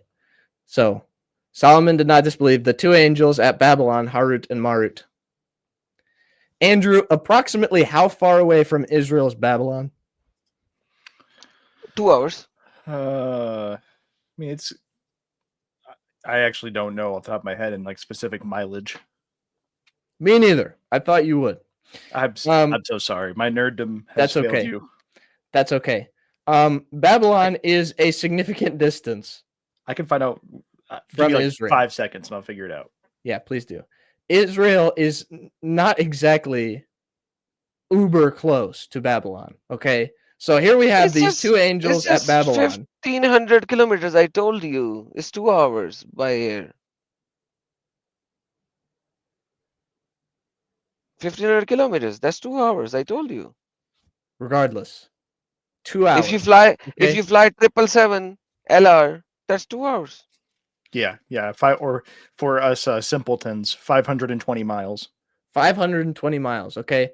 In the grand scheme of things, that's not a huge distance. But in the 7th century grand scheme of things, that wasn't exactly super close. Okay. So you have these two angels from Babylon. How'd they get to Israel? Why are they in Israel? These angels, no, I understand that. They're angels at Babylon. So these are angels like essentially from Babylon who are to Babylon. Now they're just in Israel. Chase, come on, man.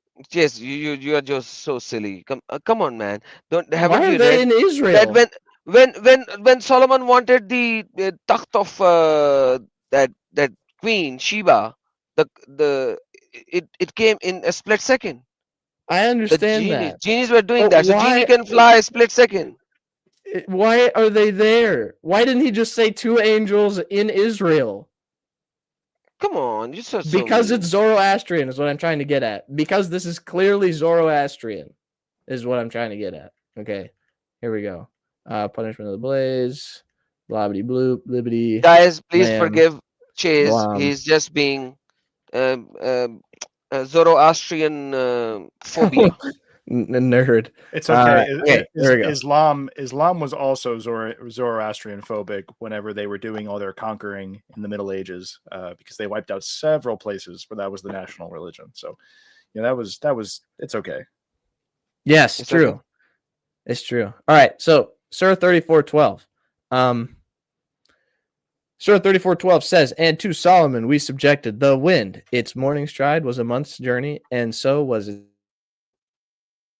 Made it to the flying carpet. So Solomon would be flying in the morning what a person would take a month. See, back in those days, if you are walking, it's going to take you a month to reach Babylon, but he was doing it on a flying carpet in a day, 2 hours. That's how Harut and Marut got to Israel.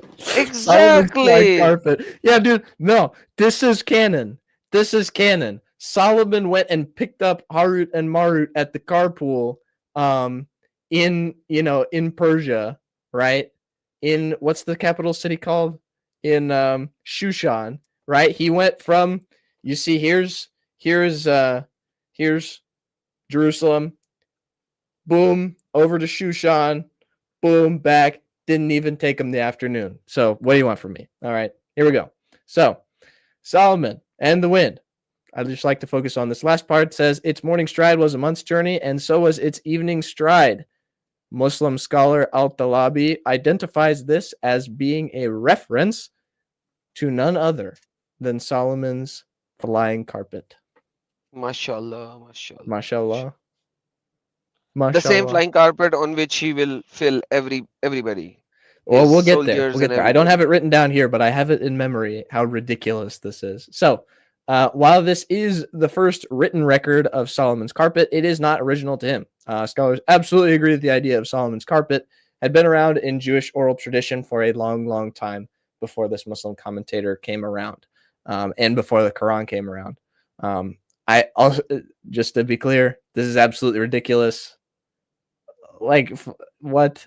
If you read the tafsir, you'll also find that some thought it was like a big floating wood platform that demons lifted up with the help of the wind. So here we go. Description time. So Solomon's flying wood platform, it had, and I quote, 1,000 corners. And each corner had 1,000 houses. And each house held a jinn or a person or some animals. And under each corner was 1,000 jinn that would lift up the carpet or the platform with the help of the wind. Where are you reading And this fly. from? That was Usama and I got that from not the lobby. He could tell me. I forgot to write it down. But like, is there any Jewish source for that? No, that's not in the Jewish sources. The Jews are way smarter. So what than is that. in the Jewish source? I want to understand that. Well, it's not. So the flying carpet is in the Jewish sources, but essentially in the Jewish sources, the flying carpet is a 60 square mile green and gold carpet on which Solomon would gather his men and horses and chariots and jinn and animals and go it will places. fly. Yeah. And it will fly. Where is Yep. that source? That is in hang on now. While you figure that out, I'll show you what is in Tafsir Ibn Kasir. There you go. Let's watch. And of everything we are all knower, he had a mat made out of wood on which he would place all the equipment of his kingship, the horses, the camels, the tents, and the troops. Then he would command the wind to carry it, and he would go underneath it, and it would carry him aloft, shading him and protecting him from the heat until it reached wherever he wanted to go in the land. So Solomon, you said there is a big mat in that Tafsir Ibn Kasir. There's a big mat. In the Jewish Talmud or something, you said it would place all his soldiers and equipment and the horses and everybody. In the Tafsir, it also says that. So Ibn Kasir takes the exact replica of the Talmudic accounts. Yeah, let me just go ahead and make sure. Chris also said that he just controls the wind in the Jewish view as well. So that's what he's doing. Yes. So he's not even standing on the mat. He's standing under the mat so that the heat of the sun will not hit him as well. No, that's the birds. No, the Solomon, birds, according to Ibn Kasir. The birds also cover the sun. They do that in the... Bro, they made Solomon like a superhero. Targum Shinai. Is that in Shinai?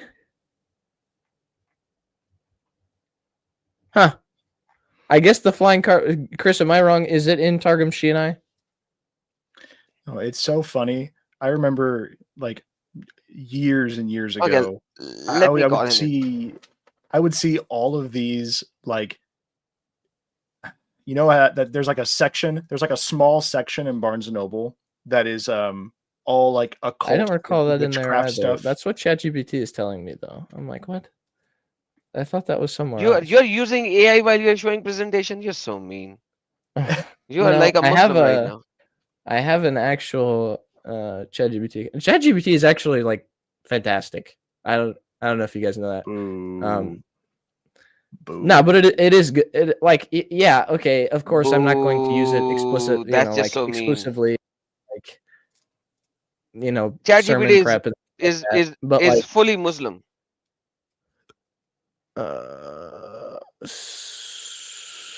ChatGPT is fully Muslim. You know that, right? Um, ChatGPT has recited the Shahada.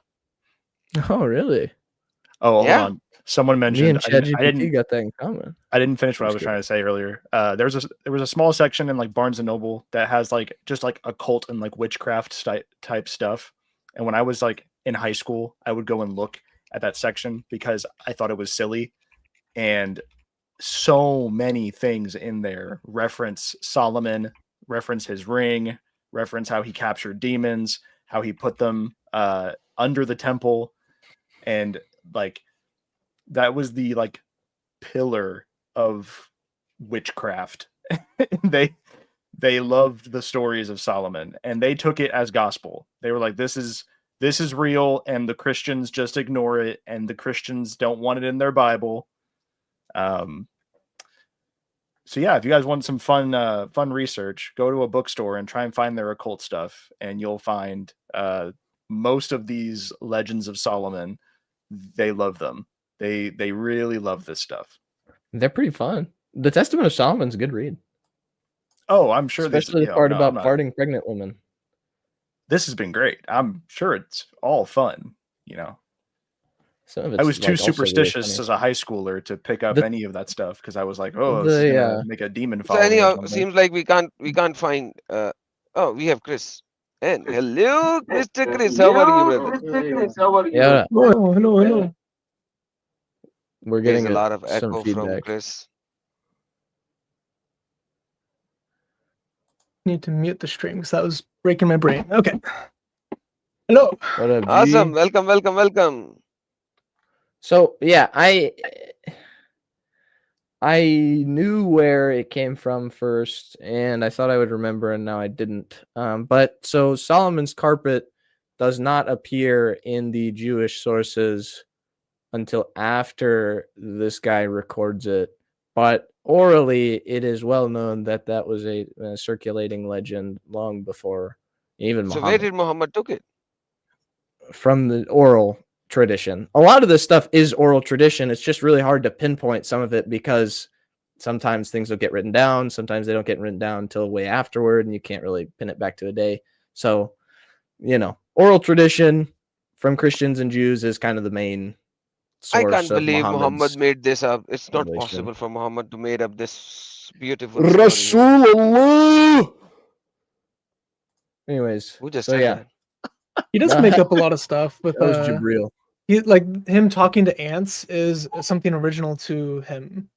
I've not been able to find anything about the talking ants. What I think that came from, I think that comes from when he says in Proverbs, consider the ant, O sluggard. I think the Jewish midrash and understanding at that time, this is kind of just Jewish opinion in general, is to just take something that the Bible says and be like, we're going to create a new story and or doctrine out of this. So that's just kind of what they did with that. I think that's probably where it came from. I don't know that for a fact. Maybe because I mean, I'm going to be very completely honest with you. I don't think that Muhammad ever saw a genuine copy of the Bible. I don't think it ever happened personally. There's too much to suggest that he had no idea what the Bible said. So I don't ever think he actually came in contact with one or even came in contact with someone who really like quoted or knew the Bible other than those one people he did with the Mubahala with. So like, if you even believe that he did when that. he did Mubahala with, he did not quote the Bible. He said, curse. No, I know, but curse upon yourself. That's it. The other people knew the Bible. So, I think that may have been like his one encounter with people that knew the Bible that he didn't kill. I love the insert in the third hadith in Bukhari when the one person he goes to who supposedly knows the Bible is like knocking on death's door, and then he tells him this happened to me, and he's like, oh yeah, that's what happened to every prophet. You're a prophet. And then he like dies a week later. So basically, tell me about this. So First Kings, I think chapter number 5 or 4 actually says Solomon talked about animals and birds. So Muhammad changed it to Solomon talked with animals and birds. Well, no. So maybe No. what I No. think what I think is more probable is that though the Quran is really the first recorded piece of history that we have that says that Solomon knew the language of the birds and stuff, it is not the only source that says that Solomon at least knew how to communicate with certain animals and jinn. And so as far as like knowing the languages of animals, the Quran's got that one in spades. Like you can have it. I don't really care. But it, like I said at the beginning, it isn't new that the Jews 100% believe that Solomon literally had dominion over literally everything after he brought the Queen of That's Sheba. what Muslim says as well. According to Muslim sources, a lot of them, Solomon had ruled the whole world.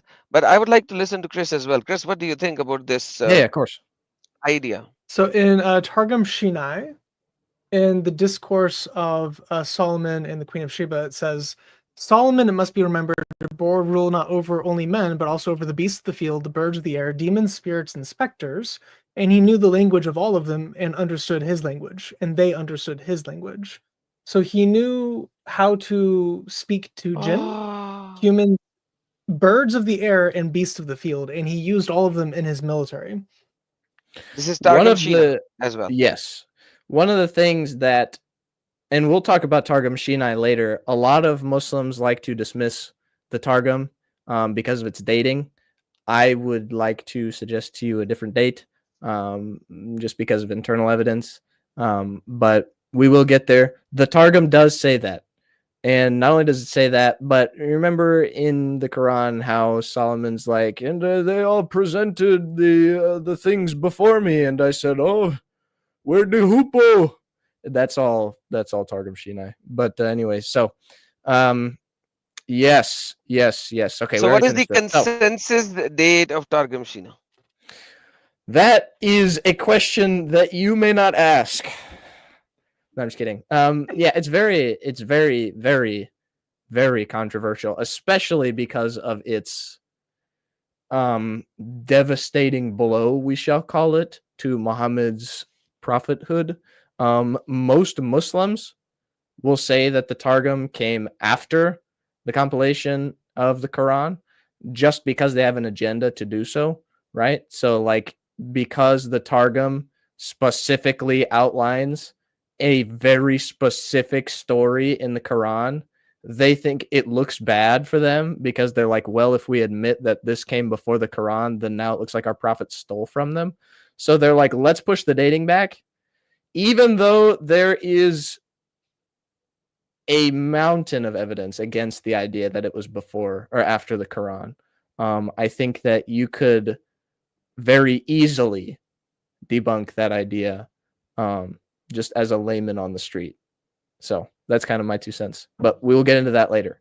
There's two specific evidences that everyone should consider when considering the dating of the Targum. Anyways, so yeah, Solomon and the Queen of Sheba in Surah 27, verses 20 through 44. I was not really going to quote all that. It's a really weird story, and I just kind of wanted to summarize it all for you guys. So it's a weird perversion of the actual biblical account of Solomon and the Queen of Sheba, in which a hoopoe delivers a letter to her telling her to become a Muslim and come to Solomon in Israel. Then she is tested with a glass palace and lifts her skirt because she thinks it's water. Other stuff happens in there, but this is kind of the main gist, and this is what a lot of people like to focus on whenever they talk about this story. The very same story is found in Targum Shinai, which is an Aramaic translation of the Book of Esther. It's not the first one, it's the second one. It is essentially word for word the exact same. A hoopoe delivers a letter to the Queen of Sheba telling her to stop being a pagan and come to Solomon in Israel. She is then tested with a glass palace and lifts her skirt because she thinks it's water. The one thing that I think is notable and most damaging to the scriptures in this part is that it makes it sound like Solomon is like actively trying to conquer the world. whenever the hoopoe goes out and he's like, "Oh Lord, I have found place that does not go under your rule," and Solomon's like, "What the heck?" So that's not actually how it happened, right? We know that in the scriptures, Solomon is the king of peace, and he is actually a type of the Lord Jesus.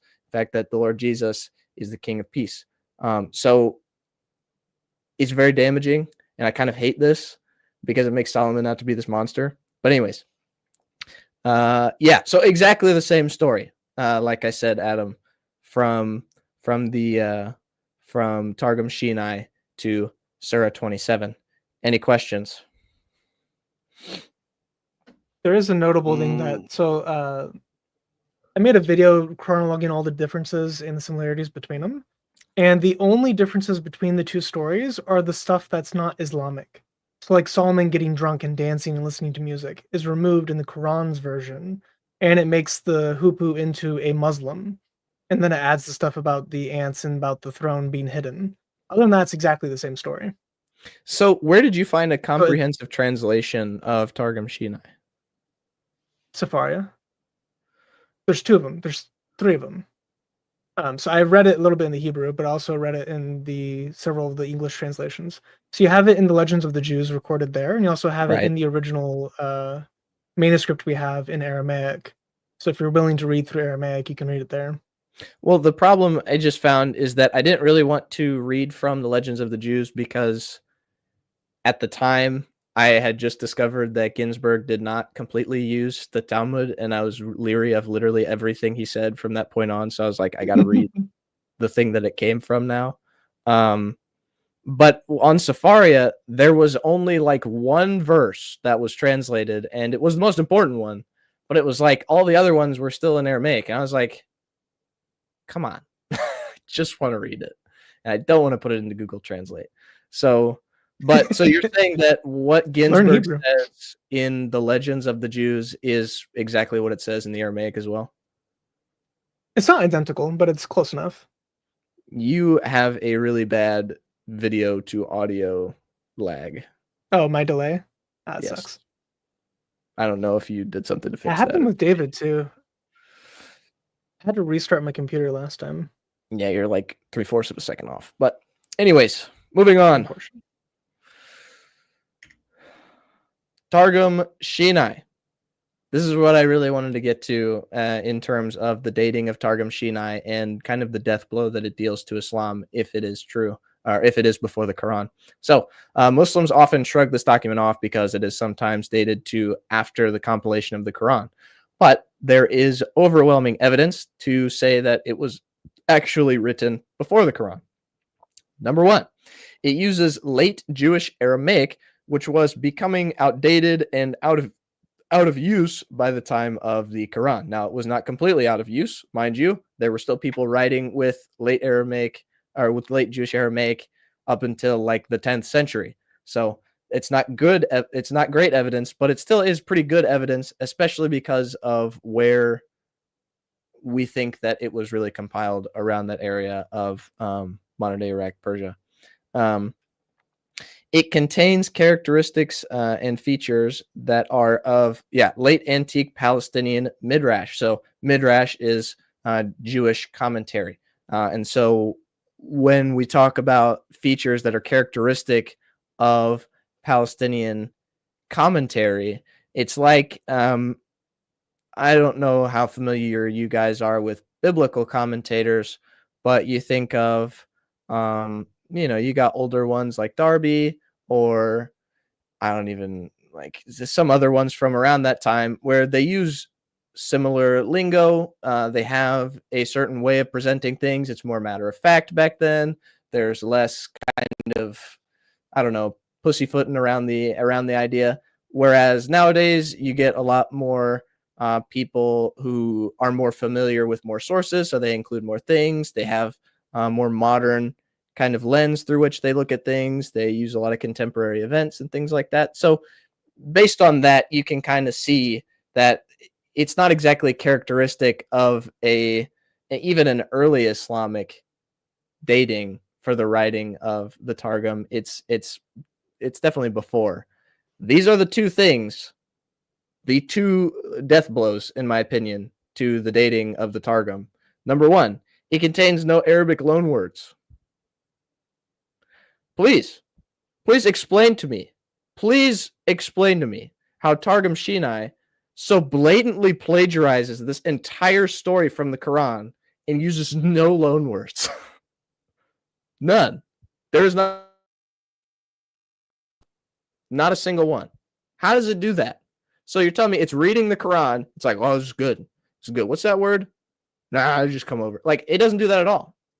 It's literally just in the same language the whole time. So what? And then the second one is that it has a very anti-Christian sentiment. It was more characteristic of previous Midrash. And it uses Greek words and Roman names, but no awareness of Islamic concepts. If it's going to plagiarize this entire story from the Quran, you would at least think that it would have some knowledge of Islamic something. Like, I don't know.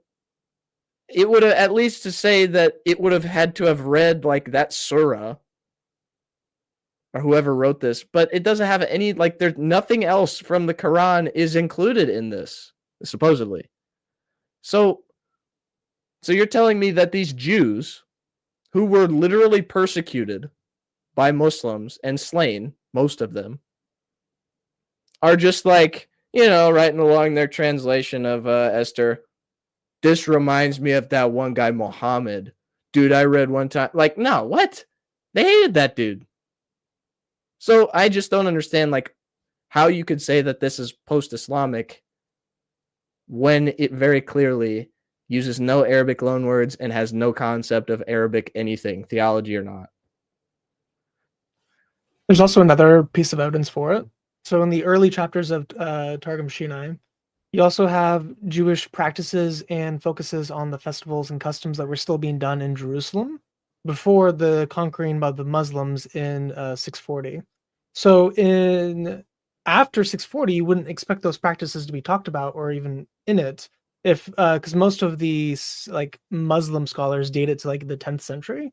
By that point in time, all those things are just gone from history. You don't have access to them. You wouldn't even be doing them as a Jew because you're a dhimmi. So the evidence of late antiquity Jerusalem practices in the Targum itself is also evidence of that dating. So the two things you mentioned plus that makes it a very strong case for 400 to 500 AD dating. You Muslim scholars. Interesting. You dirty dogs. So 10th century with no Arabic loanwords. 10th century. Yeah. The late Jewish Aramaic was like basically on death row in 10th century. Right. Nobody was using that. Yeah, I was looking into it while you were saying earlier, and I looked into it, and I saw like 3 different quotation that Muslims are putting it in the late 10th, early 11th century. And then there are 3 different scholars who are putting it in third, 4th, and 5th century. And then some are putting it in 7th and 8th century. So it's a book which has a lot of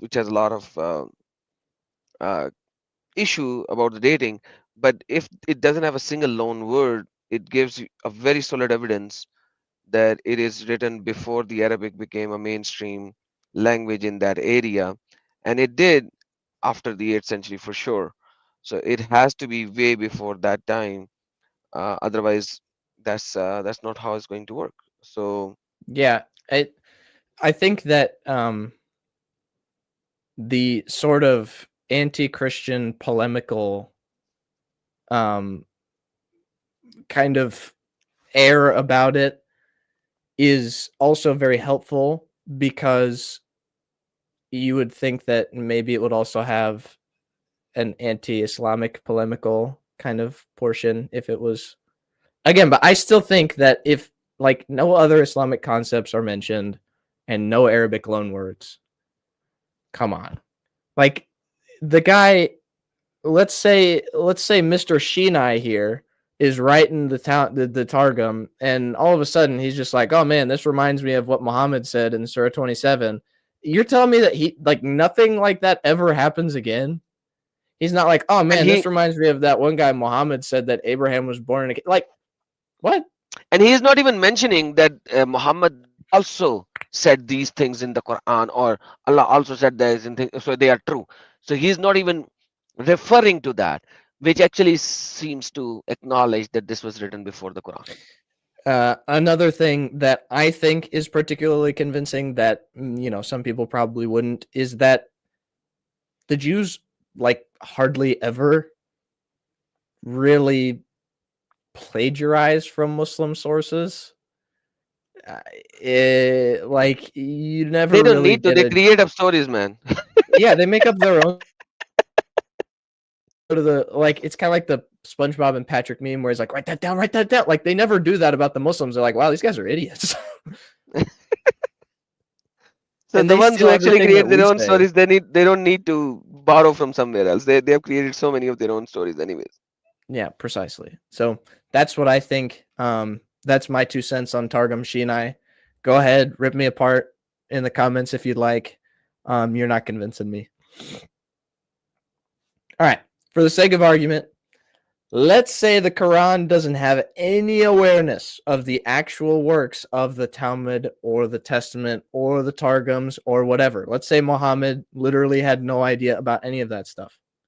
This is at the very least a clear indication that Muhammad was absolutely influenced by whatever legendary stories about Solomon were floating around Arabia during his lifetime. Okay? So like big Otherwise, he picture. can't mix all of them. He Yeah, just exactly. mixed all of them. So he was just listening to the stories from the people.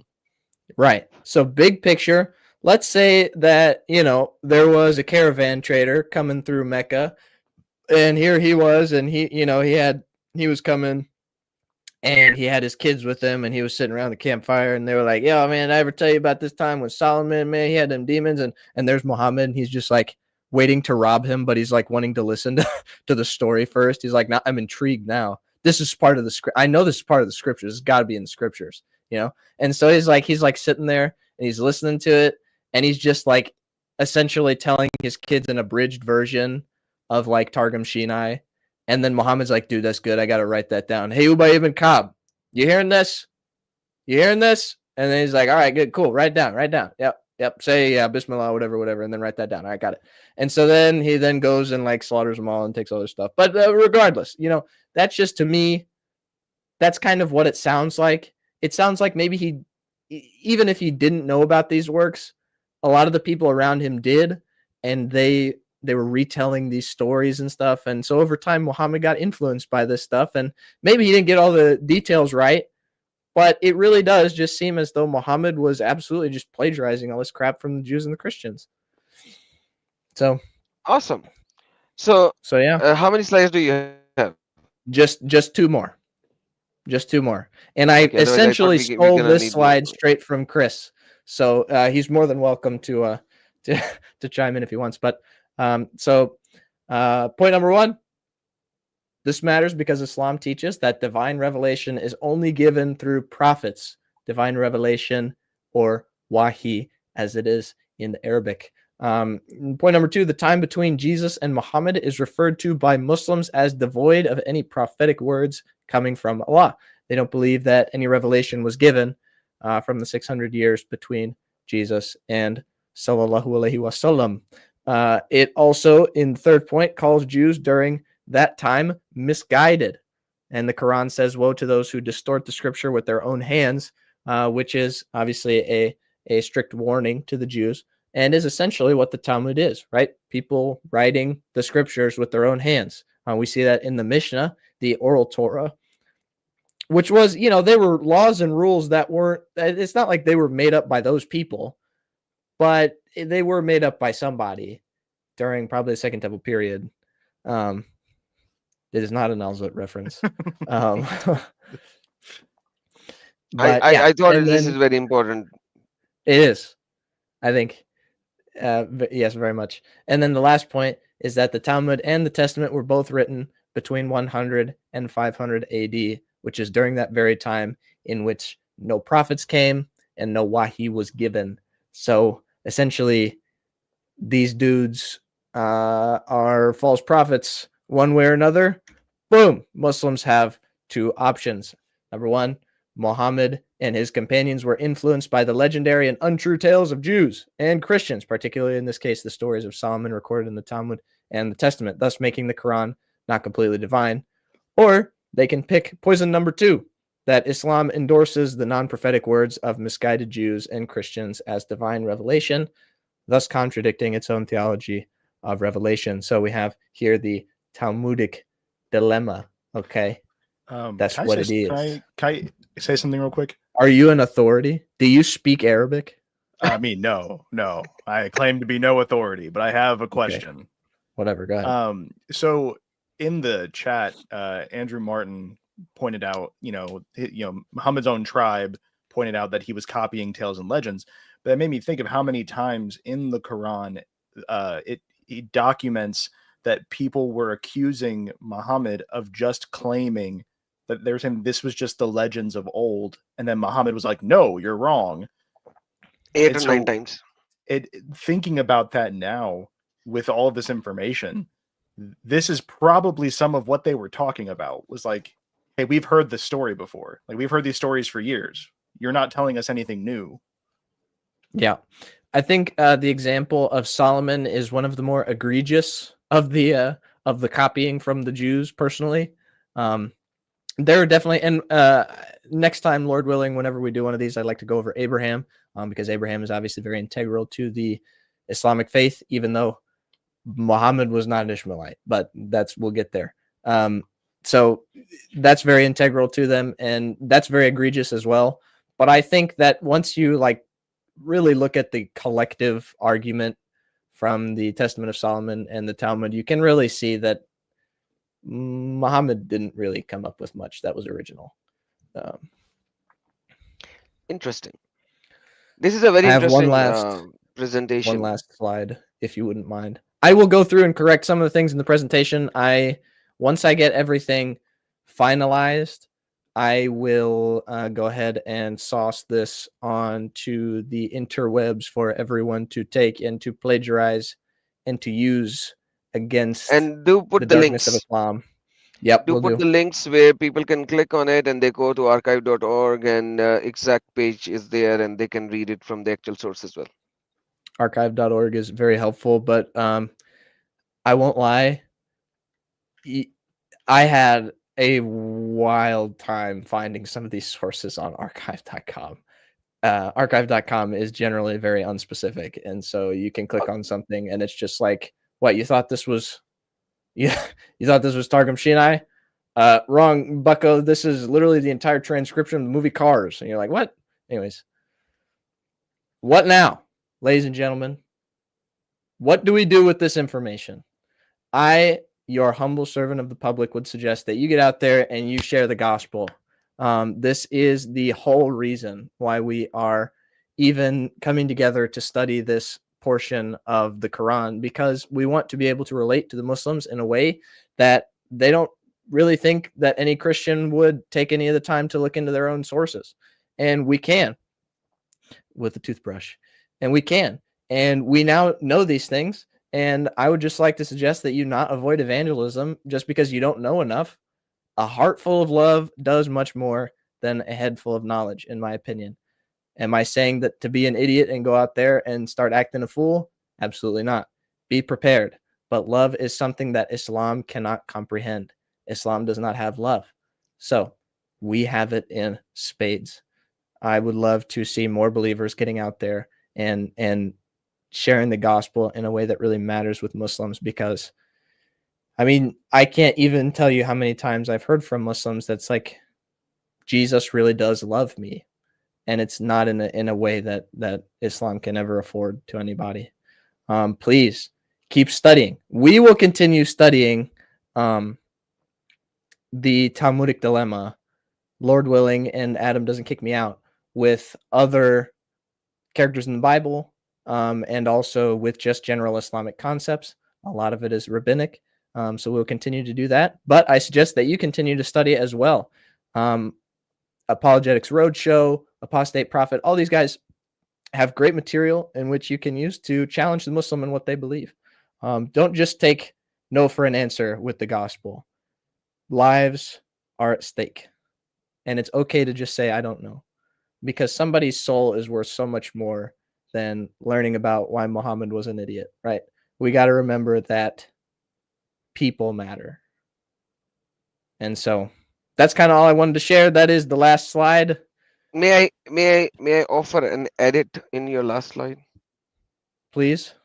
The first point before get out and share the gospel, before that point comes the point, expose the darkness of this cult.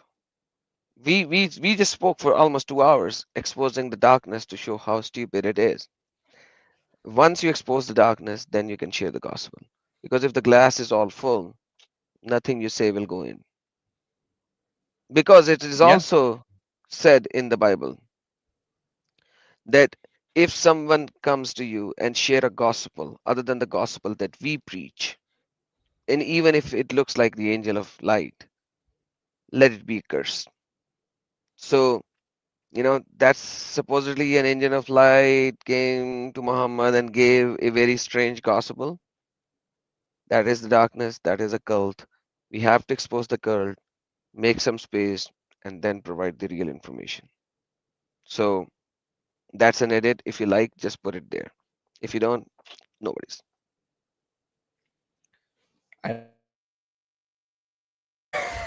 Yes, it will happen. And whatever you said, I didn't even hear it because you froze for a second.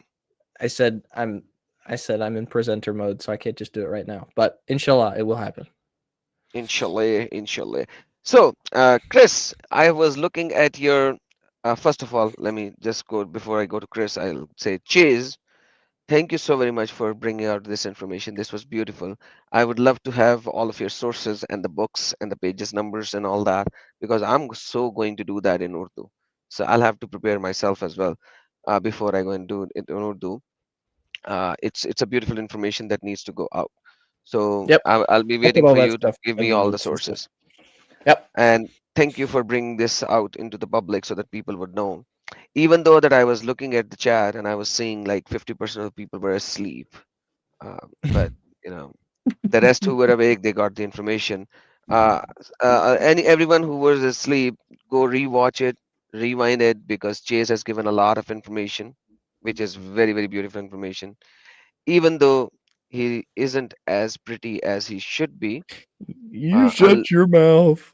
unlike Muhammad, so forget that part. But yeah, and he did not make the presentation right by putting in the flying things and all that. And he missed a couple of quotation marks and a couple of things in the middle which he described. And there were so many color coding which doesn't even make sense because of the background was pretty dark in color. But still, But it the was so good. information was pretty. It was so good, Jace. The information was good. Yeah, Never it speak was with good. me again. It was information was good. So with that being said, Chase, come on, man, be happy. Information was good. No. If I ever bring something, I'm gonna make sure it's like as perfect as possible. I don't want this level of roasting. Dude, that's what Muhammad thought, and he still wrote the Quran. Yeah, exactly. That's what Muhammad thought. That he has the best presentation of the Quran. Yet we know it's the worst one. Chase, you got it right. Please stop mimicking Muhammad. I will not. See, RJ said, work in progress. No worries. What was the monkey emoji for? That was unnecessary. He does that in all of his comments. But anyhow, no, on serious notes, joke apart, thank you, Mr. Chase. Like, really speaking, it was an eye-opening presentation. I loved it. I enjoyed every bit of it. And a lot of time I was putting my mic on mute and listening and was amazed. So, joke apart, thank you so very much. That was a marvelous presentation. So, thank you so much. Not a problem. Inshallah, we will do this with Abraham next. And if you do inshallah, then it will never happen. You know that. Dang Every it. Muslim says inshallah. So stop saying inshallah. That's the word you say when you don't want to do something. Peace be upon me.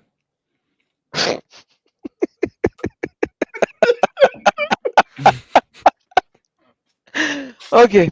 Peace be upon you. Even though, so it seems like you are not in peace. Your seat is hot, and there's something which is disturbing you underneath. So you are asking for peace, just like Muhammad was disturbed by something and he asked every single Muslim to give him peace.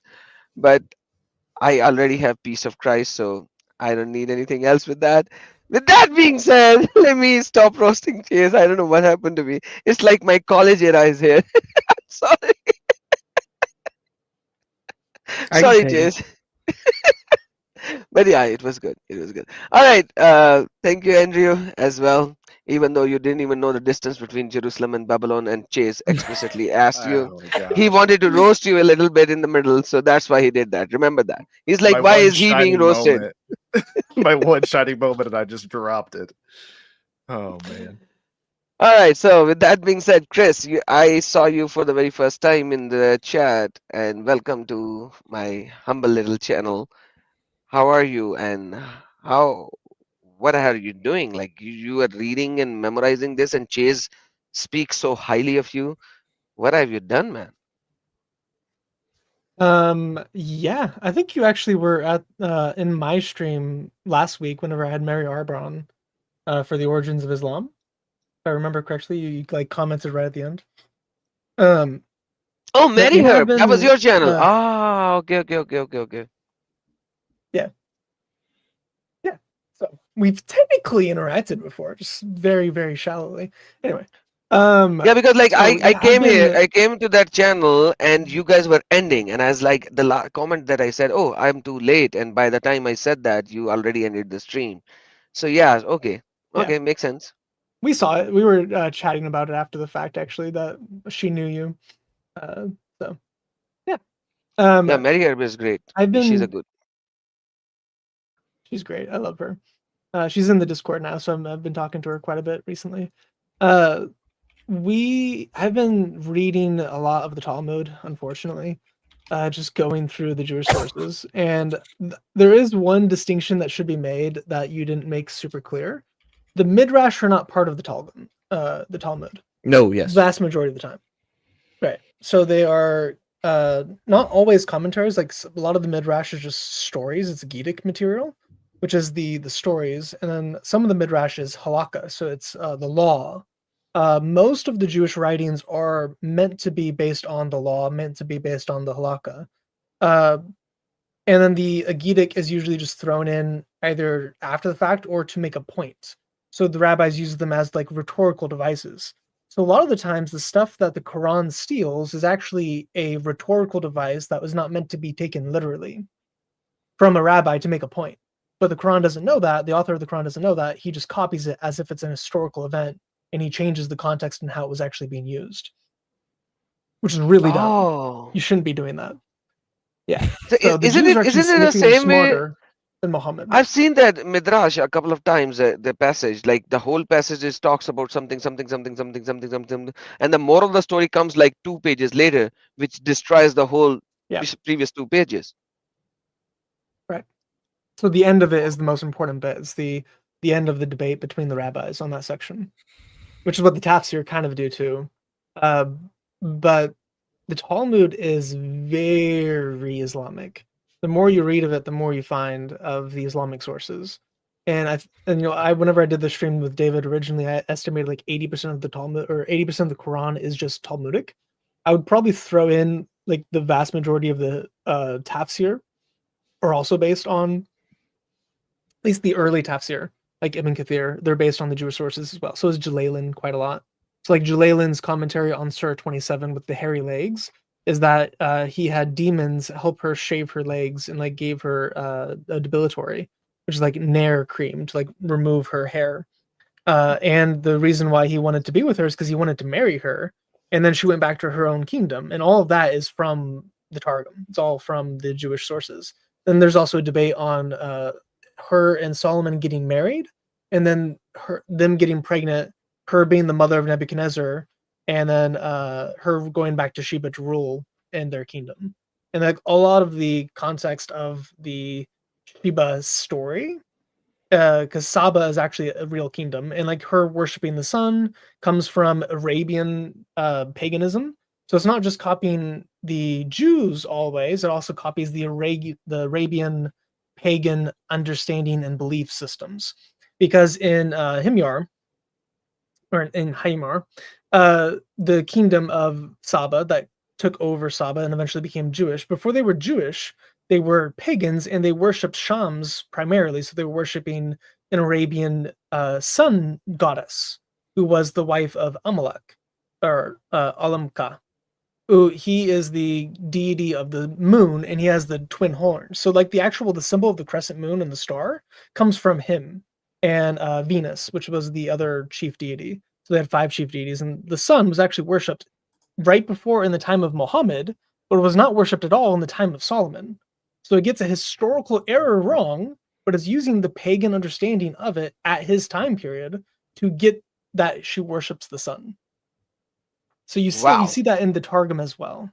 So all of the context, it's not even just like the surface level parallels. All of the context is rabbinic or Babylonian, or like Gnostic or Zoroastrian or Manichaean. Like you have other little tidbits, but the bulk of it is Jewish, specifically rabbinic. Unbelievable.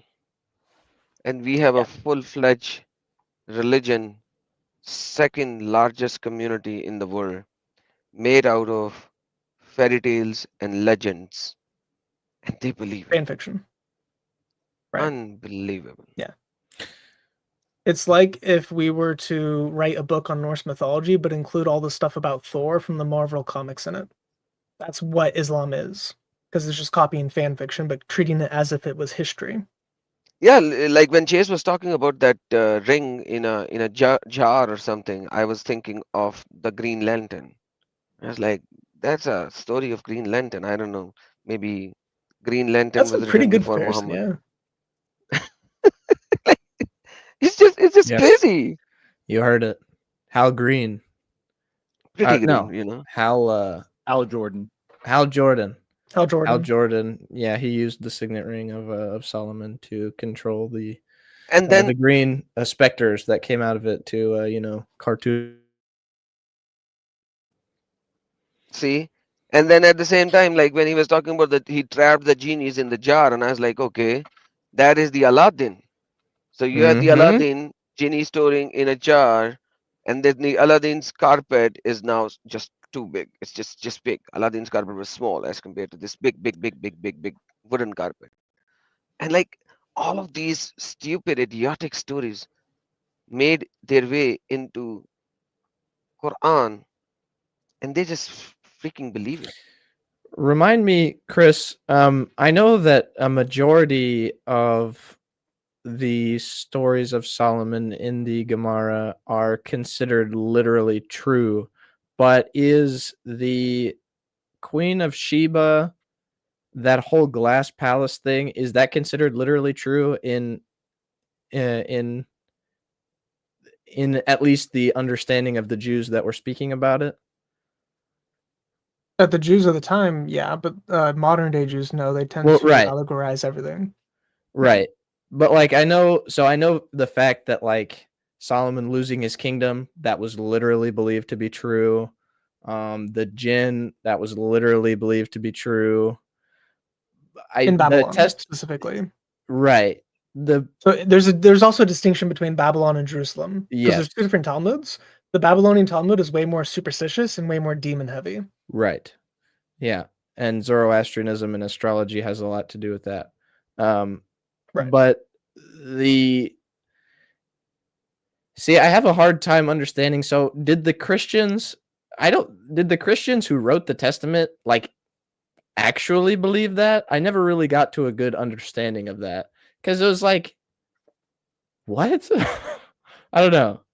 From my understanding of the Testament, I think it was a mixture of Jewish and Christian writings. So who knows who wrote what for the different sections.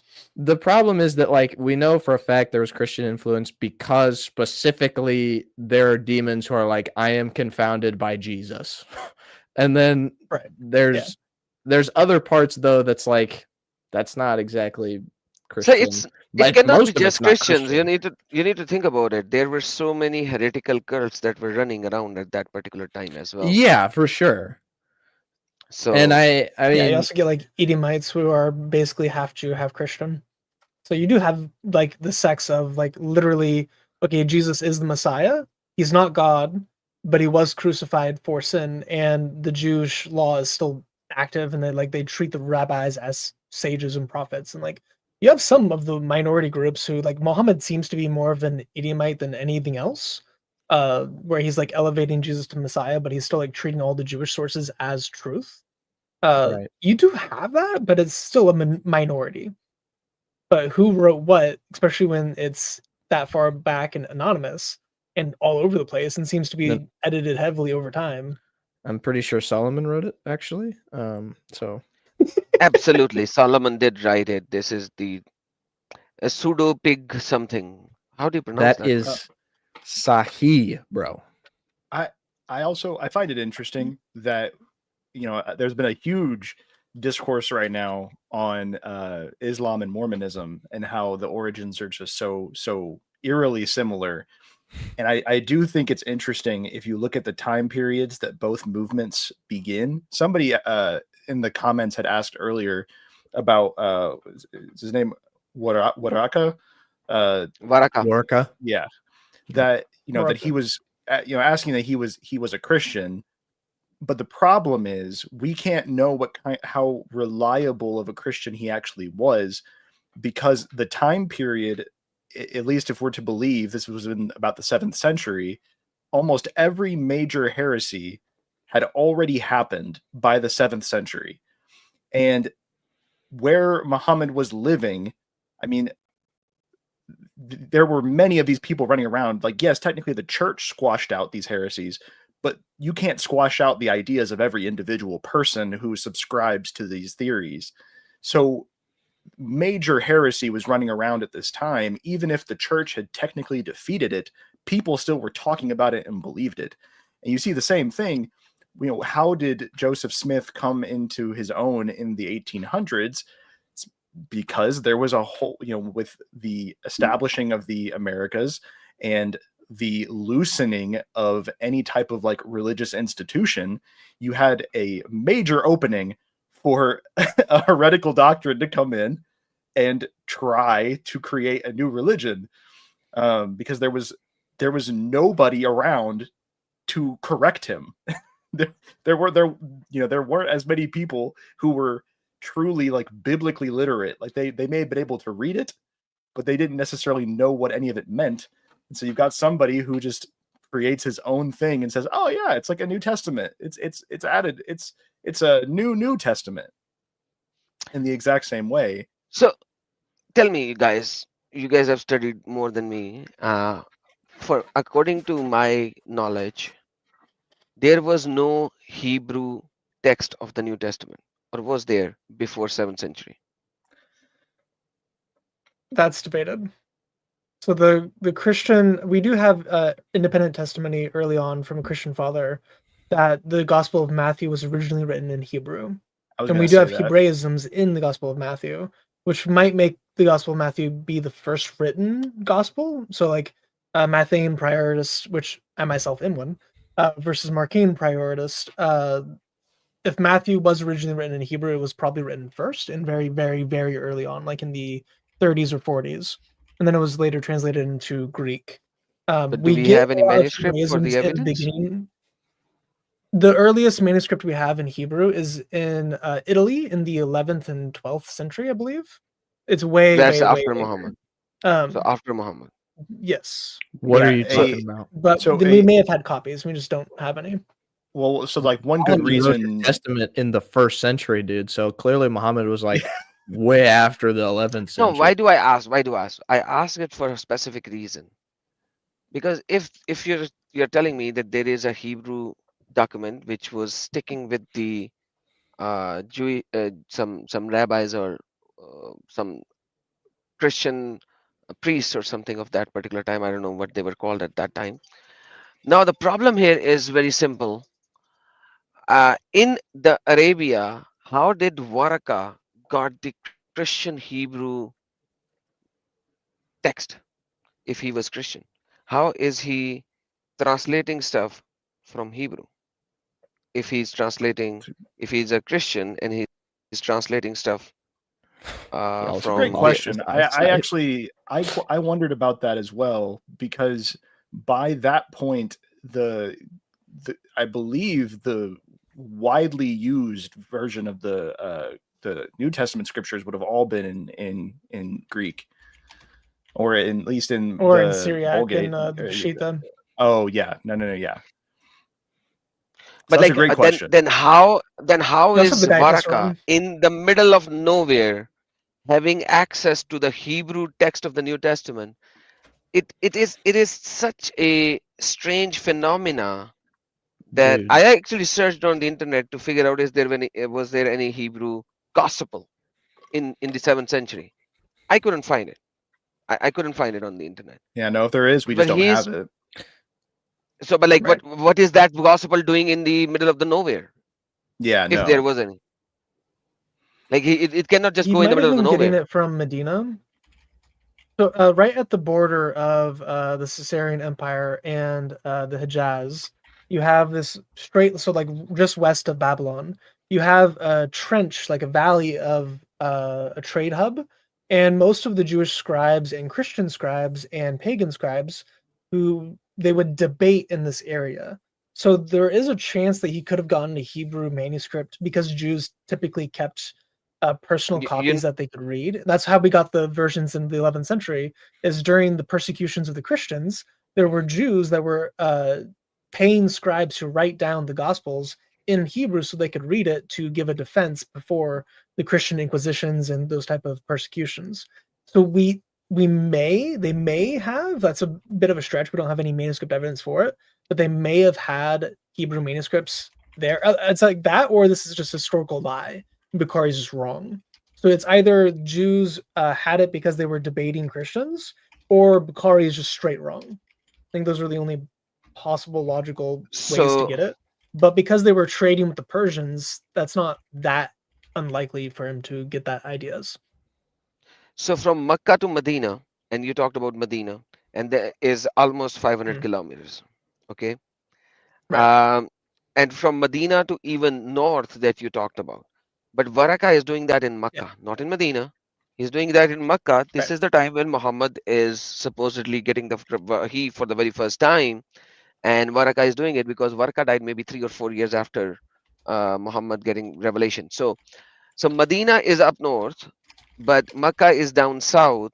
And you are saying that from Makkah, Medina, all the way up, maybe I don't know where you are talking about. But once again, there's like it doesn't even make sense. Even if I take your long stretch, it does not even make sense whatsoever. Yeah, no. Yeah, that's the best case scenario. Other than that, it's just wrong. Yeah. You all are missing the point. Explain us the point. Goal is that he lost his eyesight and was still a scribe. You froze. Say it again. He did freeze. The miracle is that he lost his eyesight and was still a scribe. Well, you're right there. There's also how he was being a trustworthy scribe. How exactly can anyone but on Allah death's door weave this into being? Blind scribe. Yeah, I was going to say earlier, even like the biggest argument we have that there was something within the first 100 years that could be that Matthew had a Hebrew version of his gospel comes from Eusebius, because in his history of the church, he states multiple times that Matthew was first. And when I was listening to that, because I'm reading it right now, and I was listening, I was like, well, that goes against all modern scholarship, because pretty much all consensus modern scholarship says Mark came first, and then Matthew and Luke copy from Mark, and they fill in the gaps that Mark has, which that's not what Eusebius claims, that Mark was written, I think, second, but that it was either close to Peter's death or after Peter's death. Mark wrote down his sayings, and all, because Peter was transmitting it orally. He was telling the gospel daily to people. And so Mark was studying under him, and then he wrote it. But yeah, and that idea that Matthew wrote his in Hebrew because the first people that he was giving it to were Hebrews. I mean, he was delivering it to the people in a language that they can understand. It would make more sense that the later gospels were written in Greek. But I mean, it is, unfortunately, we don't have any manuscript proof to say without a shadow of a doubt that this is true. But it's the fact that especially if you go and read, if you read Justin Martyr and if you read Irenaeus, like these guys had comprehensive views of the New Testament in the first, I mean, by the 2nd century, but I mean, we're talking like 150 to 180 AD. And like, it's pretty crazy how quickly they had such a comprehensive view of the Bible. And the idea that there was nothing for the first like 150 years that all the churches had consistently, I just don't buy it. I think it's very likely that Matthew circulated quickly, and it was the like consensus view of the gospel for a while until the other writers had penned theirs as well. But that's kind of me just inserting my own view from the history I've read so far. So I mean, take that with a grain of salt. But yeah, there are some Okay, scholars well, who go Matthew, Luke, Mark, John, or Matthew, Luke, John, Mark, which is a wild order for that one. yeah, Because Mark sometimes weaves Matthew and Luke together. So Mark has the most detailed stories, even though it's the shortest. What he does talk about, he talks about in more detail. Some of the times in those stories, he has like a verse of Matthew, a verse of Luke, a verse of Matthew, a verse of Luke, a verse of Matthew, a verse of Luke. So it is just like, so either Matthew and Luke both chose to do every other line, or Mark is synthesizing the two stories together. So you do have textual evidence that Mark was written third, based on Luke and Matthew. And then Luke also would have to have been written before like 50 AD because Paul quotes it in 1 Corinthians. And we know that was written in 52 AD. Yeah. So because Paul's quoting Luke as scripture, that pushes Luke back into the 40s or so. Basically, critical scholarship sucks. Don't believe them. Pretty much, yeah. Yeah. All right, guys, it's time to end the stream. It's been over 2 hours. We're supposed to do 2 hours. We always go above 2 hours. So with that being said, wish you all the best. And once again, Jays, thank you so very much. I love to roast you a little bit, but you are beautiful in the eyes of our Lord. And you are, because you are made in his image.